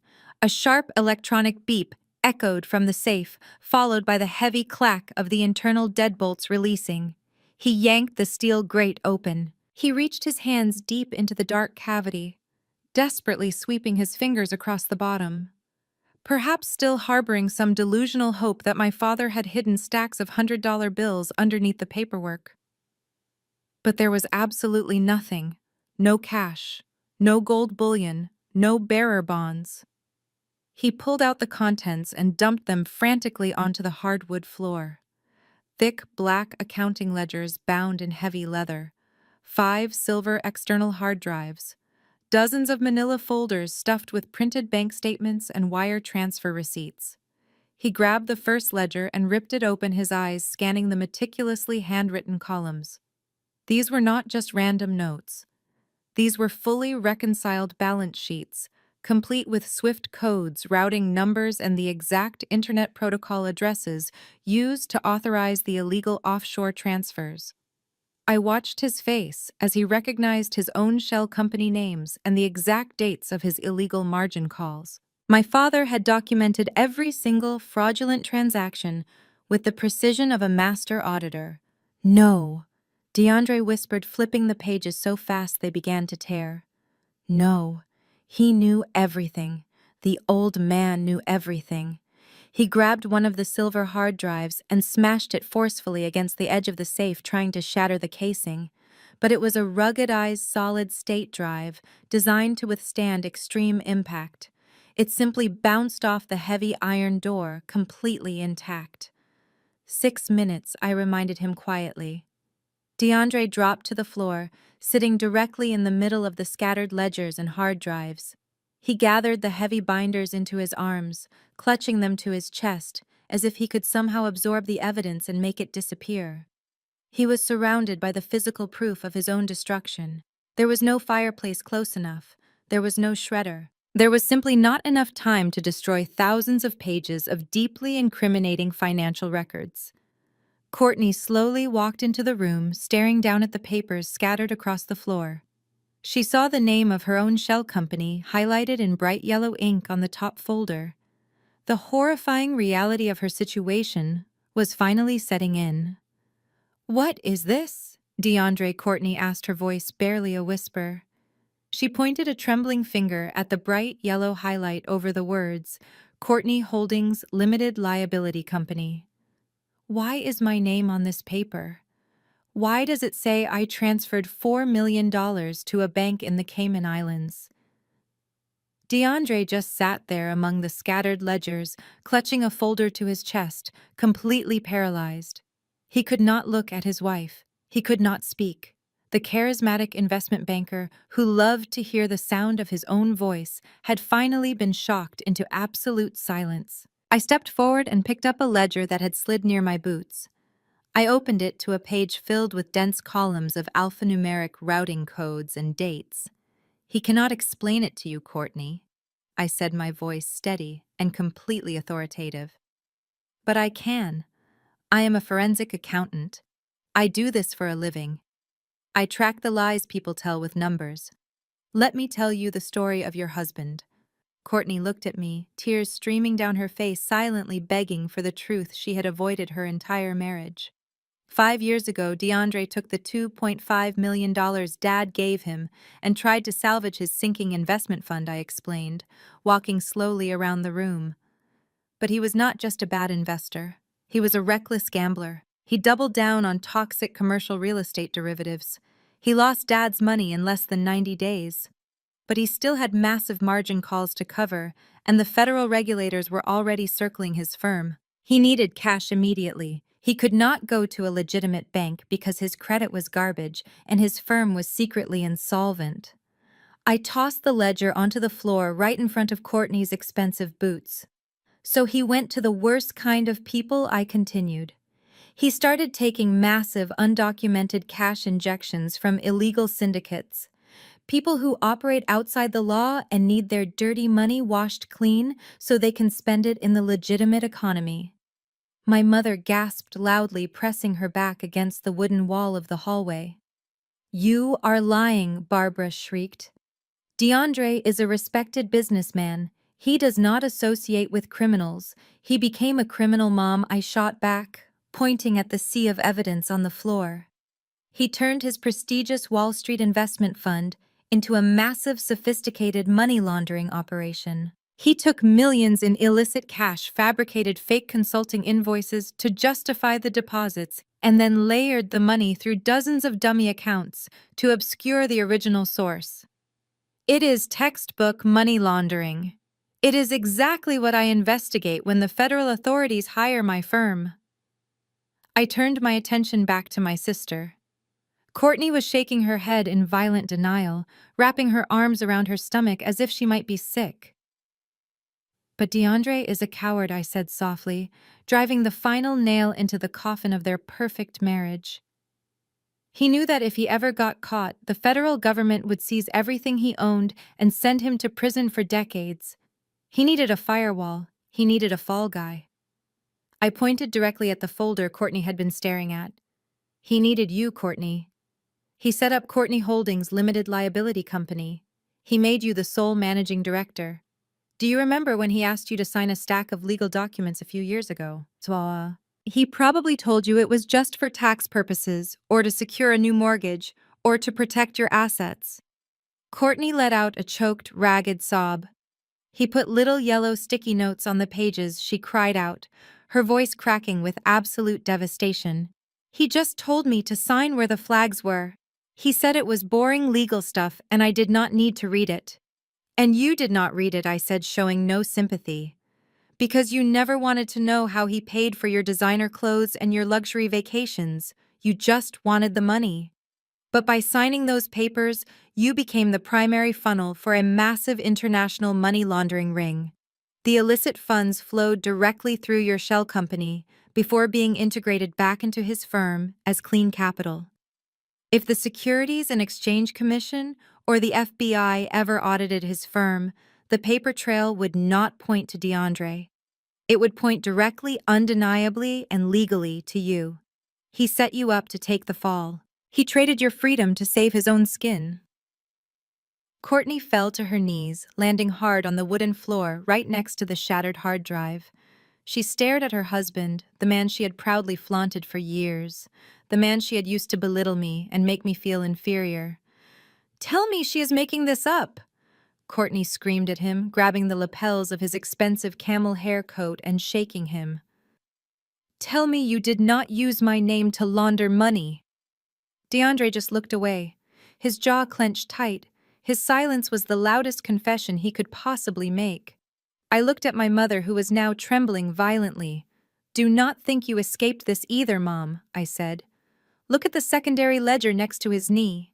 He needed a registered agent address for a second-tier shell company, a physical location that looked like a quiet residential home to avoid raising red flags with the banking algorithms.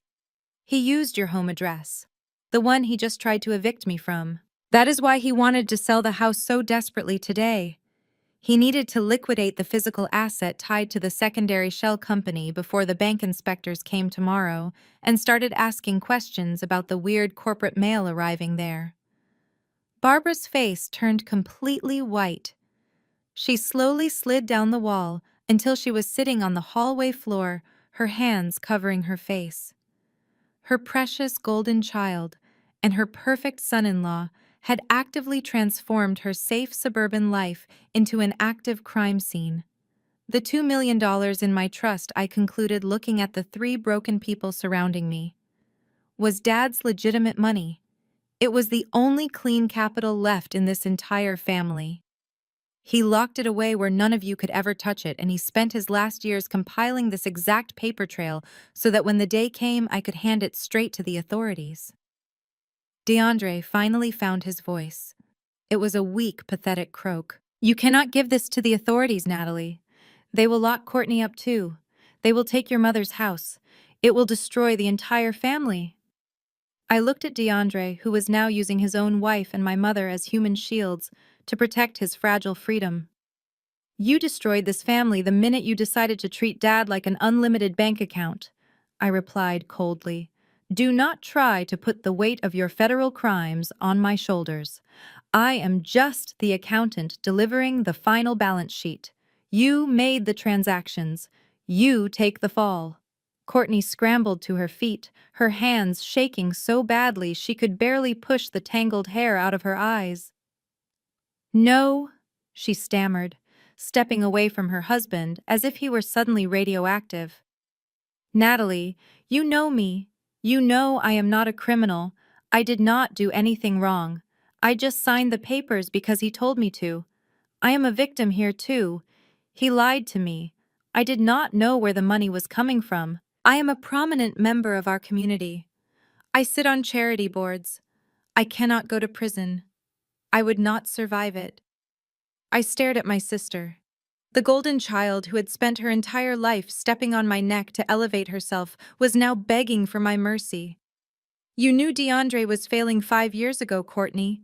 You knew he lost Dad's money, but you still wanted the designer bags, the luxury cars, and the exclusive country club memberships. You did not ask questions because you did not want the answers. Willful blindness is not a valid legal defense in a federal money laundering case. When the FBI looks at these ledgers, they will see a managing director who authorized millions of dollars in illegal wire transfers to offshore accounts. They will see you. DeAndre let out a wild, desperate sound that was half sob, half scream. The digital timer on my phone hit the 4-minute mark. The reality of the approaching sheriff finally broke whatever rational thought process he had left. He realized that begging was useless, emotional manipulation had completely failed, and logic was no longer an option. He needed to eliminate the physical evidence before law enforcement walked through the front door. He scrambled across the floor on his hands and knees, ignoring the scattered paper ledgers for a moment. He knew that paper could take months for federal prosecutors to fully trace and verify. But the silver external hard drives contained the raw, unencrypted digital data. Those drives held the exact digital footprint of his entire money laundering syndicate.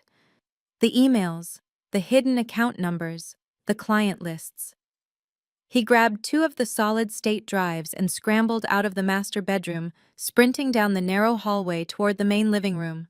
I followed him at a calm, measured pace. Courtney and my mother trailed right behind me, both of them crying hysterically. We reached the living room just in time to see DeAndre grab a heavy wrought iron poker from the fireplace tool set. He dropped the 2 silver hard drives onto the solid stone hearth. He raised the heavy iron poker high above his head and brought it down with massive, terrifying force. The heavy iron struck the silver casing with a deafening crack that echoed through the entire cabin. DeAndre grunted with the exertion, raising the poker and striking again and again. Metal sparked against stone. He was sweating profusely, his expensive tailored dress shirt, completely soaked, his silk tie, ripped loose and hanging awkwardly around his neck. He looked like an absolute madman, desperately trying to beat his own crimes into dust. The thick, ruggedized casing of the first drive finally splintered under the relentless assault, exposing the delicate green internal circuitry. He did not stop. He began smashing the exposed circuitry, grinding the sharp iron tip into the memory chips until they were nothing but shattered plastic and twisted metal. He tossed the ruined pieces into the cold fireplace ash and immediately started violently attacking the second drive. He was panting heavily, muttering to himself in a frantic, terrifying loop. They cannot prove it without the digital footprint. They cannot prove it without the data. I can explain the paper. I can always explain the paper. I stood near the kitchen counter and simply watched him destroy the hardware. My mother was sobbing uncontrollably on the sofa, burying her face in a decorative throw pillow, completely unable to process the total destruction of her perfect family image. Courtney was standing completely still, her eyes wide with sheer horror as she watched the sophisticated man she married reduced to a sweaty, violent animal bashing computer parts with a metal stick. 2 minutes left, I said, quietly checking my screen. DeAndre stopped swinging. He dropped the heavy iron poker onto the stone hearth. It landed with a loud, ringing clatter. His hands were bleeding from where the sharp metal splinters had cut him, but he did not seem to notice the pain. He fell back onto his knees, staring at the pile of destroyed electronics in the fireplace. He let out a breathless, triumphant laugh. He genuinely believed he had just saved himself. He believed that by smashing the physical drives, he had erased the digital history of his crimes. He looked up at me, his chest heaving, a twisted, victorious smile forming on his face. "You did it," DeAndre panted, kicking the shattered remains of the hard drive deeper into the fireplace ash. "You pushed me to the edge, Natalie, but you lose. Without the digital data, those paper ledgers are just handwritten notes by a dead man. Any decent defense attorney will argue your father was suffering from severe dementia and fabricated the entire thing out of pure spite. It is completely inadmissible in court. I am walking out of here, and there is absolutely nothing you can do about it." Courtney stepped forward, her voice trembling violently. "You are walking out of here?" she asked, pointing a shaking finger at her husband. "What about me, DeAndre? My name is still on that shell company. What happens when the bank inspectors show up at my mother's house tomorrow morning?" DeAndre straightened his ruined silk tie and let out a cold, hollow laugh. "That sounds like a personal problem, Courtney. You are the sole managing director of the limited liability company. Your signature is on every single wire transfer authorization. You enjoyed the luxury vacations, the designer clothes, and the country club memberships. If the authorities come knocking, they are going to look directly at the person who officially authorized the movement of those illicit funds." Courtney stared at him, the color draining entirely from her face. "Are you actually saying you are going to leave me to take the fall for this? I am your wife." "You were a convenient asset," DeAndre snapped back, his voice dripping with pure venom. "Do you honestly think I married you because of your brilliant intellect? I married you because your father had capital and you were naive enough to sign whatever legal document I placed in front of you. I needed a firewall, Courtney. I built one and it worked perfectly. If the feds start asking questions, my official statement will be that I was simply acting as an external financial advisor to your independent corporate entity. I had no idea you were engaging in offshore money laundering." My mother let out a loud, agonizing scream from the sofa. "You absolute monster!" Barbara yelled, jumping up and lunging at DeAndre. She swung her fist wildly, striking his chest and shoulders. "You used my daughter. You used my home. I welcomed you into this family. I treated you like a son." DeAndre grabbed Barbara by the wrists and shoved her forcefully back onto the sofa. "Do not touch me, you pathetic old woman," he roared. "You did not welcome me because you loved me. You welcomed me because I drove an expensive car and paid for your luxurious dinners. You spent your entire life turning a blind eye to the truth as long as it kept you comfortable. You are just as guilty as she is. You let me register a corporate entity at your residential address. You signed the delivery receipts for the certified bank packages. You are a legal accessory to international fraud." Barbara began to hyperventilate, clutching her chest as she looked between DeAndre and Courtney. The perfect, pristine image she had spent 34 years cultivating had just been violently ripped apart. There was no more golden child. There was no more perfect son-in-law. There were only three criminals turning on each other the second the spotlight hit them. "I am going to the police!" Courtney suddenly screamed, her voice echoing off the vaulted wooden ceiling of the cabin. "I am going to call the authorities myself right now. I will tell them everything. I will testify that you manipulated me. I will hand over every single bank statement in our house. You are not going to ruin my life and walk away clean." DeAndre took a threatening step toward his wife. "You will do absolutely nothing," he sneered. "If you go to the cops, you are confessing to a federal crime. You will go to a women's correctional facility for the next 20 years. Who is going to pay for your defense attorney, Courtney?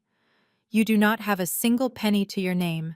The estate is bankrupt. Your accounts are tied to mine. I control the capital, and I will cut you off completely. You will be assigned a public defender who will beg you to take a plea deal." The sheer cruelty of his words hung in the heavy air. The three of them stood in the center of the beautiful mountain cabin, completely trapped in a toxic web of their own creation. For my entire life, they had banded together to make me the scapegoat, constantly reminding me of my supposed flaws. But the moment their wealth was threatened, their loyalty vanished instantly. They were tearing each other apart, completely consumed by greed and self-preservation. I leaned against the kitchen counter, watching the empire crumble. DeAndre turned back to me, holding out his bloody hand. "Give me the paper ledgers, Natalie," he demanded. "I am taking them, and I am leaving." I shook my head slowly, a genuine smile finally breaking across my face. "You really do not understand how forensic accounting works, DeAndre. Professionals never rely on a single physical copy." DeAndre stared at me, his bloody hands hovering awkwardly in the air. The triumphant smirk melted off his face, replaced by a mask of pure dread. "What do you mean?" He choked out, his eyes darting toward the ruined hard drive sitting in the fireplace ash. "Did you honestly believe I would drive 4 hours up a mountain to retrieve the only existing evidence of a massive federal crime and not bring my own equipment?" I asked, gesturing toward the heavy duffel bag I had dropped by the front door when I first arrived. Inside that bag is a military-grade encrypted laptop. When I got here, I did not just open the safe to look at the pretty ledgers. I plugged a high-speed data transfer cable directly into the primary drive. Courtney let out a sharp gasp, stumbling backward until she hit the kitchen island. She clutched the marble countertop to keep from collapsing completely. "This cabin is off the cellular grid," I continued, my voice echoing clearly in the stunned silence of the room. But Dad was smart. He installed a highly secure satellite internet connection. While your private investigator was busy snapping the lock on the front gate, and you were aggressively banging on my front door demanding to be let in, I was not just sitting here doing nothing. I was running a secure file transfer protocol. I uploaded the entire unencrypted contents of that primary hard drive to a secure cloud server managed by my forensic accounting firm. DeAndre dropped to his knees. The heavy thud of his body hitting the hardwood floor sounded like a defeated boxer hitting the mat. "No," he whispered, shaking his head frantically back and forth. "No, you did not have enough time. The files are too large. It is impossible. Financial spreadsheets and text-based bank records are incredibly small files." DeAndre, I corrected him easily. "They take seconds to upload over a broadband satellite link, and I did not just back them up to a private server to hold as leverage. I hit forward on a pre-drafted email I prepared last night in my apartment." I took a few steps closer to him, wanting to make sure he heard every single word I was about to say. "I sent the entire data package directly to the white-collar crime division of the FBI field office," I stated firmly. "I also carbon copied the IRS Criminal Investigation Division. As a licensed forensic accountant, I have a strict legal and ethical fiduciary duty to report massive money laundering operations the second I uncover them. I attached a sworn affidavit detailing your shell companies, your illegal margin calls, and your offshore wire transfers." The federal government already has everything they need to secure a grand jury indictment against you. Smashing those physical drives was completely useless. It just ruined your suit. My mother began to weep loudly, burying her face in her hands. She finally understood that no amount of manipulation or guilt-tripping could undo a federal investigation. There was no sweeping this under the rug. There was no returning the money and offering a polite apology. Suddenly, a faint, high-pitched wail pierced through the thick wooden walls of the cabin. DeAndre's head snapped toward the large living room windows. The sound was distant at first, echoing through the dense pine trees and bouncing off the surrounding mountains. But it was growing louder by the second. It was the distinct piercing howl of emergency sirens. "That is the local sheriff," DeAndre said, his voice trembling with a desperate hope. "You said the gate alarm called the local sheriff. I can talk to them. I can explain this is a simple family dispute over inherited property. I can post bail, I can hire lawyers." I shook my head slowly, listening to the approaching chorus of sirens.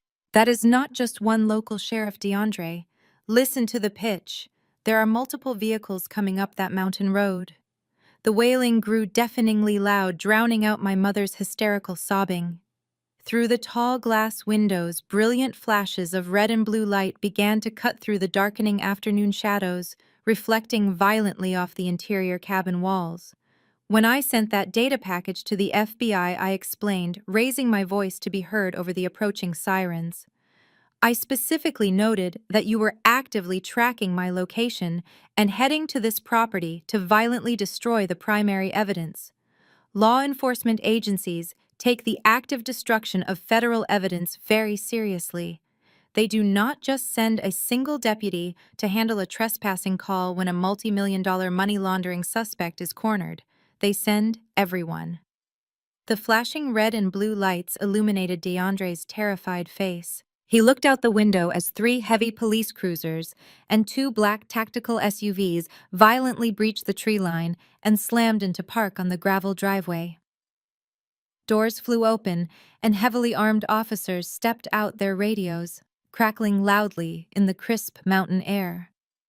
Courtney collapsed onto the floor next to the kitchen island, pulling her knees to her chest and rocking back and forth in a state of total catatonic shock. The golden child had finally hit rock bottom. DeAndre looked down at his bleeding hands, then at the shattered hard drives in the fireplace, and finally up at me. He was completely trapped. The heavy oak door was kicked open with such explosive force that the frame splintered entirely. 3 men wearing dark tactical gear and vests marked FBI flooded into the living room. They were followed by 2 local sheriff deputies with their hands resting on their holstered weapons. The peaceful silence of the cabin was shattered by deep voices echoing strict commands. "Get down on the ground," the lead agent shouted, sweeping his flashlight across the room. "Keep your hands where I can see them. Do it now." DeAndre did not argue. The imposing investment banker who had just threatened me completely folded under the pressure. He dropped heavily to his knees and lay flat on his stomach, pressing his face against the floor. He stretched his bleeding hands out wide above his head, surrendering without a single ounce of his former dignity. A tactical officer stepped forward, pressing a heavy knee between DeAndre's shoulder blades. The sharp click of steel handcuffs ratcheting around his wrists echoed through the room. My mother let out a terrified shriek, cowering deeply into the corner of the sofa. Courtney remained frozen by the kitchen island, staring blankly as 2 armed men secured the perimeter. "Are you Natalie?" the lead agent asked, lowering his weapon. "I am," I replied calmly, keeping my hands resting flat and visible on the marble countertop so they would not misinterpret my movements. "I am Special Agent Vance with the Financial Crimes Division," he stated, his eyes quickly scanning the terrified family members before landing back on me. "We received your encrypted data transmission at the regional field office.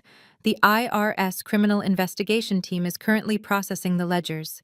You stated in your sworn affidavit that the primary suspect was actively attempting to destroy physical evidence at this exact location." I nodded slowly and pointed directly toward the stone hearth.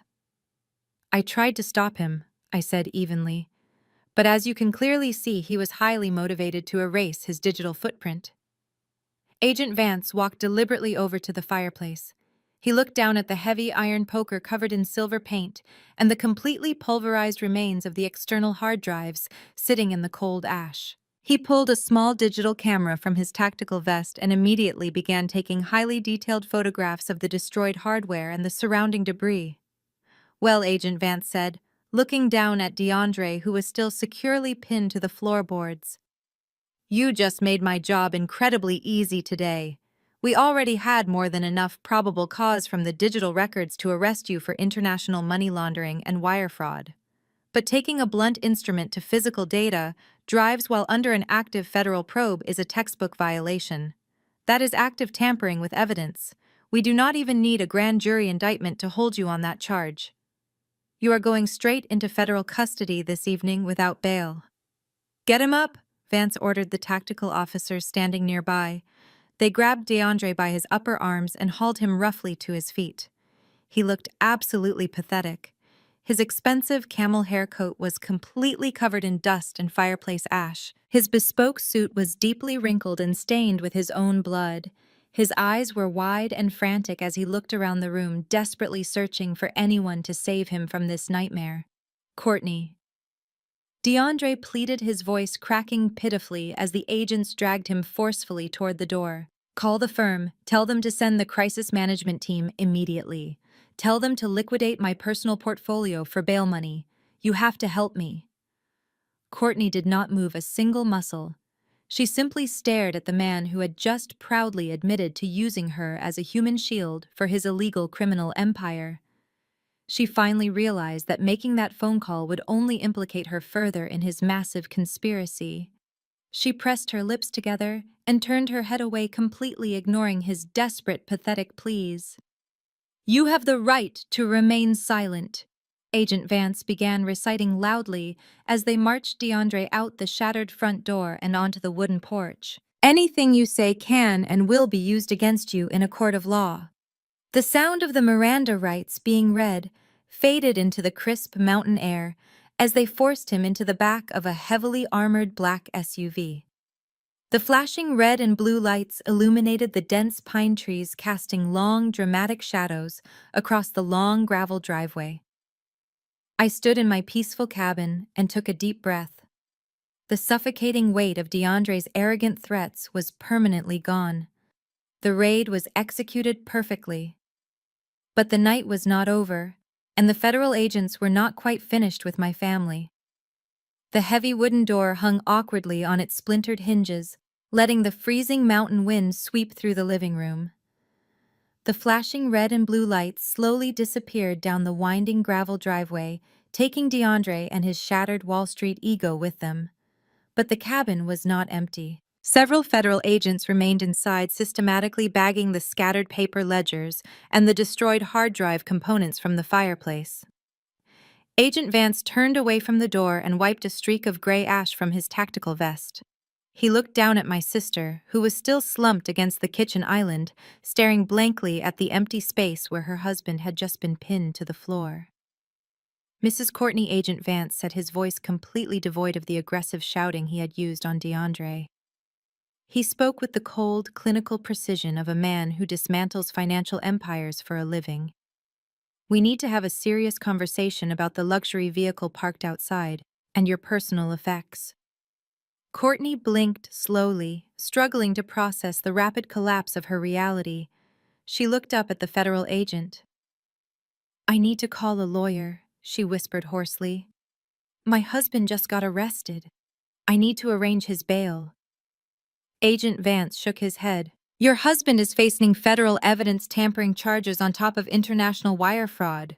He is not getting bail, but more importantly, his legal problems are only half of the equation right now. As I am sure your sister just explained to you, you are the sole registered managing director of Courtney Holdings Limited Liability Company. I did not do anything," Courtney cried, her voice rising in a desperate panic. "I told you he just made me sign the papers. I did not know he was laundering money. I just went shopping. I just lived my life." "That is exactly the problem," Agent Vance replied flatly. You lived a life funded entirely by the proceeds of a criminal enterprise. The data Ms. Natalie transmitted to our office confirms that your specific corporate entity was the primary vehicle for layering the illicit cash. Under federal civil asset forfeiture laws, any property vehicle or luxury item purchased with laundered funds is immediately subject to government seizure. Courtney stared at him, her mouth opening and closing as she tried to comprehend the legal jargon. "What does that mean?" she finally asked. I leaned against the marble counter watching the golden child face the ultimate audit. "It means you do not own anything, Courtney," I explained clearly. "The federal government does not let you keep the spoils of a massive financial crime. Every designer handbag you bought to show off at the country club, every diamond necklace, the custom furniture in your house, the equity in the house itself. It was all purchased with dirty money. It all belongs to the Department of Justice now." "You cannot take my house," Courtney shrieked, scrambling to her feet. "Where am I supposed to live? You cannot just leave me homeless. Agents are currently executing a simultaneous search and seizure warrant at your primary residence in the city as we speak," Agent Vance informed her. "The property will be completely locked down and chained by midnight. Furthermore, your personal bank accounts, your credit cards, and your investment portfolios were frozen by a federal magistrate an hour ago. That federal order completely supersedes whatever local probate injunction your husband filed against your sister this morning." Courtney began to hyperventilate. "My accounts. But I have an auto pay for my charity gala tomorrow. I have a personal trainer. I have car payments." A female federal agent stepped forward, holding a thick plastic evidence bag. "Ma'am, I am going to need the keys to the black SUV parked outside. We ran the plates when we arrived. It is registered directly to your shell company.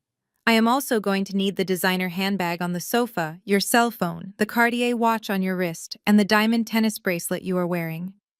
We have probable cause to believe every single one of those items was purchased with laundered funds." My mother, who had been crying silently on the sofa, suddenly jumped up. She picked up her designer purse, dumped her lipsticks and a few crumpled tissues onto the kitchen counter, and handed the empty leather bag to the agent. Finally, she reached into her coat pocket and surrendered the keys to the massive luxury SUV that had brought her up the mountain. "How am I supposed to get home?" Courtney asked, her voice entirely hollow. She was stripped of her armor. The wealth that made her feel superior to me was sitting in a cheap plastic bag. "You can ride with your mother," Agent Vance replied, turning away to inspect the rest of the paperwork the agents had gathered. "Assuming her vehicle is not also tied to your corporate entity. We will be auditing her residential address first thing tomorrow morning, given it was listed as the corporate headquarters for a secondary shell company. Have a good night, ladies." Agent Vance gave me a final professional nod before disappearing into the flashing lights of the police cruisers. A single local sheriff deputy stayed behind to help secure the entire property. Inside the cabin, the cold winter wind howled through the splintered frame of the front door, sweeping across the hardwood floors. Courtney sat frozen on the floor, shivering in her designer blouse, now that she had surrendered her heated luxury vehicle. My mother stood in the center of the living room, her eyes darting frantically. The reality was finally penetrating her thick armor of denial. Her perfect life was completely over. The federal agents were going to rip her home apart at dawn. She walked toward me, her hands trembling. Her usually composed face was crumpled with raw terror. "Natalie," my mother whispered, her voice cracking as she reached out to grab my hands. I stepped back, refusing the physical contact. She let her hands fall awkwardly. "Natalie, please, you have to fix this. You are a financial expert. You can call that agent back and explain that I had nothing to do with DeAndre and his illegal business." I crossed my arms. "I cannot lie to the federal government, Mom. You signed the delivery receipts, you let him use your address. You enjoyed the expensive dinners he paid for with dirty money. You chose to look the other way, and now the bill is due." "But we are family," Barbara sobbed. She pulled out the ultimate manipulation card she had used to control me my entire life. "I am your mother. Courtney is your own flesh and blood. You cannot let the government throw us out on the street. You have the trust fund. You have $2 million in clean, untouchable cash. You can hire the best defense attorneys. You can buy us a new house. You have to help us. Family helps family in times of crisis. I stared at her with a profound, chilling clarity. Even after everything that had just happened, she still viewed my resources as her personal safety net. Family helps family, I repeated. Where was this loyalty yesterday when you showed up at my house with a real estate agent? Where was this loyalty when you demanded I pay off a massive foreclosure to save DeAndre? Where was your maternal instinct when he threatened to destroy my career and freeze my bank accounts? My mother opened her mouth to speak, but no words came out. She had no defense. You did not care if I was homeless, I continued. You did not care if my life was ruined, as long as your golden child got to keep her luxury cars. You only care about family now, because you are standing on the edge of a cliff and I hold the rope. I am not throwing it down. Not a single penny of my father's money is going toward bailing out criminals or their enablers. Natalie, please, Courtney suddenly whimpered from the floor, her teeth chattering loudly. It is freezing. We do not even have a car to get down the mountain. This cabin is private property, I said, walking to the door. It is officially owned by the irrevocable trust of which I am the sole trustee. As the legal owner, I am formally asking you both to leave my property immediately. You cannot kick us out into the cold, my mother shrieked. It is the middle of the night. We have no way to get home. You have a cell phone, I replied coldly. You can call a taxi. You can call one of your wealthy country club friends to come pick you up. But you are not staying here. I stepped out onto the porch and waved my hand at the waiting sheriff deputy. He immediately jogged up the wooden steps, resting his hand casually on his utility belt. Is there a problem here, ma'am? The deputy asked, looking between me and my mother. Yes, officer, I said clearly. These two women are trespassing on my private property. I have asked them to leave and they are refusing. I would like them formally escorted off the premises. The deputy nodded, turning a stern gaze toward my mother and sister. You heard the owner, ladies. Time to move along. Let us go. Barbara let out a dramatic wail of absolute despair. She grabbed Courtney by the arm, hauling her shivering daughter up from the floor. They stumbled toward the broken door together, a truly pathetic picture of ruined entitlement. They walked past me without making any eye contact whatsoever, escorted by the armed deputy down the long wooden steps and out into the freezing, unforgiving dark. The tail lights of the police cruiser finally faded, and I was completely alone. The tail lights of the police cruiser finally faded, and I was completely alone. For the first time in my entire life, the silence inside the cabin did not feel lonely. It felt incredibly expansive. I walked over to the shattered front door, pulling the heavy wooden panels together as best I could against the freezing mountain wind. I built a massive fire in the stone hearth, sweeping away the metallic dust and broken plastic of DeAndre's destroyed hard drives. I sat on the sofa, wrapped in a thick wool blanket, and watched the flames consume the last remaining traces of my toxic family. I did not cry. I slept better that night than I had in 34 years. 6 months have passed since that terrifying night. I am currently sitting on the newly rebuilt front porch of the Lake Tahoe cabin. The bitter winter snow has completely melted away, replaced by the vibrant green pines and the crystal clear blue water of the lake, sparkling brilliantly in the late spring sun. I have a mug of hot black coffee in one hand and a tablet in the other, reviewing the quarterly earnings for my newly established independent forensic accounting firm. The $2 million trust my father left me provided the perfect seed capital to launch my own business. I now specialize exclusively in helping vulnerable individuals untangle themselves from financial abuse. I use my professional skills to hunt down predators just like DeAndre, and business is absolutely booming. Speaking of DeAndre, his highly paid corporate lawyers could not save him from the mountain of digital evidence I handed to the FBI. He pleaded guilty to multiple counts of international money laundering and evidence tampering to avoid a highly publicized trial. He was sentenced to 15 years in a federal penitentiary without the possibility of early parole. His prestigious Wall Street firm was completely dismantled by the Securities and Exchange Commission. Courtney did not fare much better. The Department of Justice seized absolutely everything she owned under strict civil asset forfeiture laws. Her luxury cars, her designer wardrobe, her diamond jewelry, and her massive suburban mansion were all auctioned off to pay federal restitution. Because she was the managing director of the shell company, she narrowly avoided prison time by cooperating fully with the prosecution, but she was left with absolutely nothing. The last I heard through the grapevine, the former golden child is currently working as a shift manager at a discount retail store, living in a tiny studio apartment on the bad side of the city. My mother lost her house the very next morning. The federal agents found decades of secondary shell company documentation stashed in her attic. The property was seized by the government. Barbara was forced to move into a cramped, low-income senior living facility. Her wealthy country club friends completely abandoned her the second her name appeared in the federal indictment headlines. Her perfect manicured social standing evaporated overnight.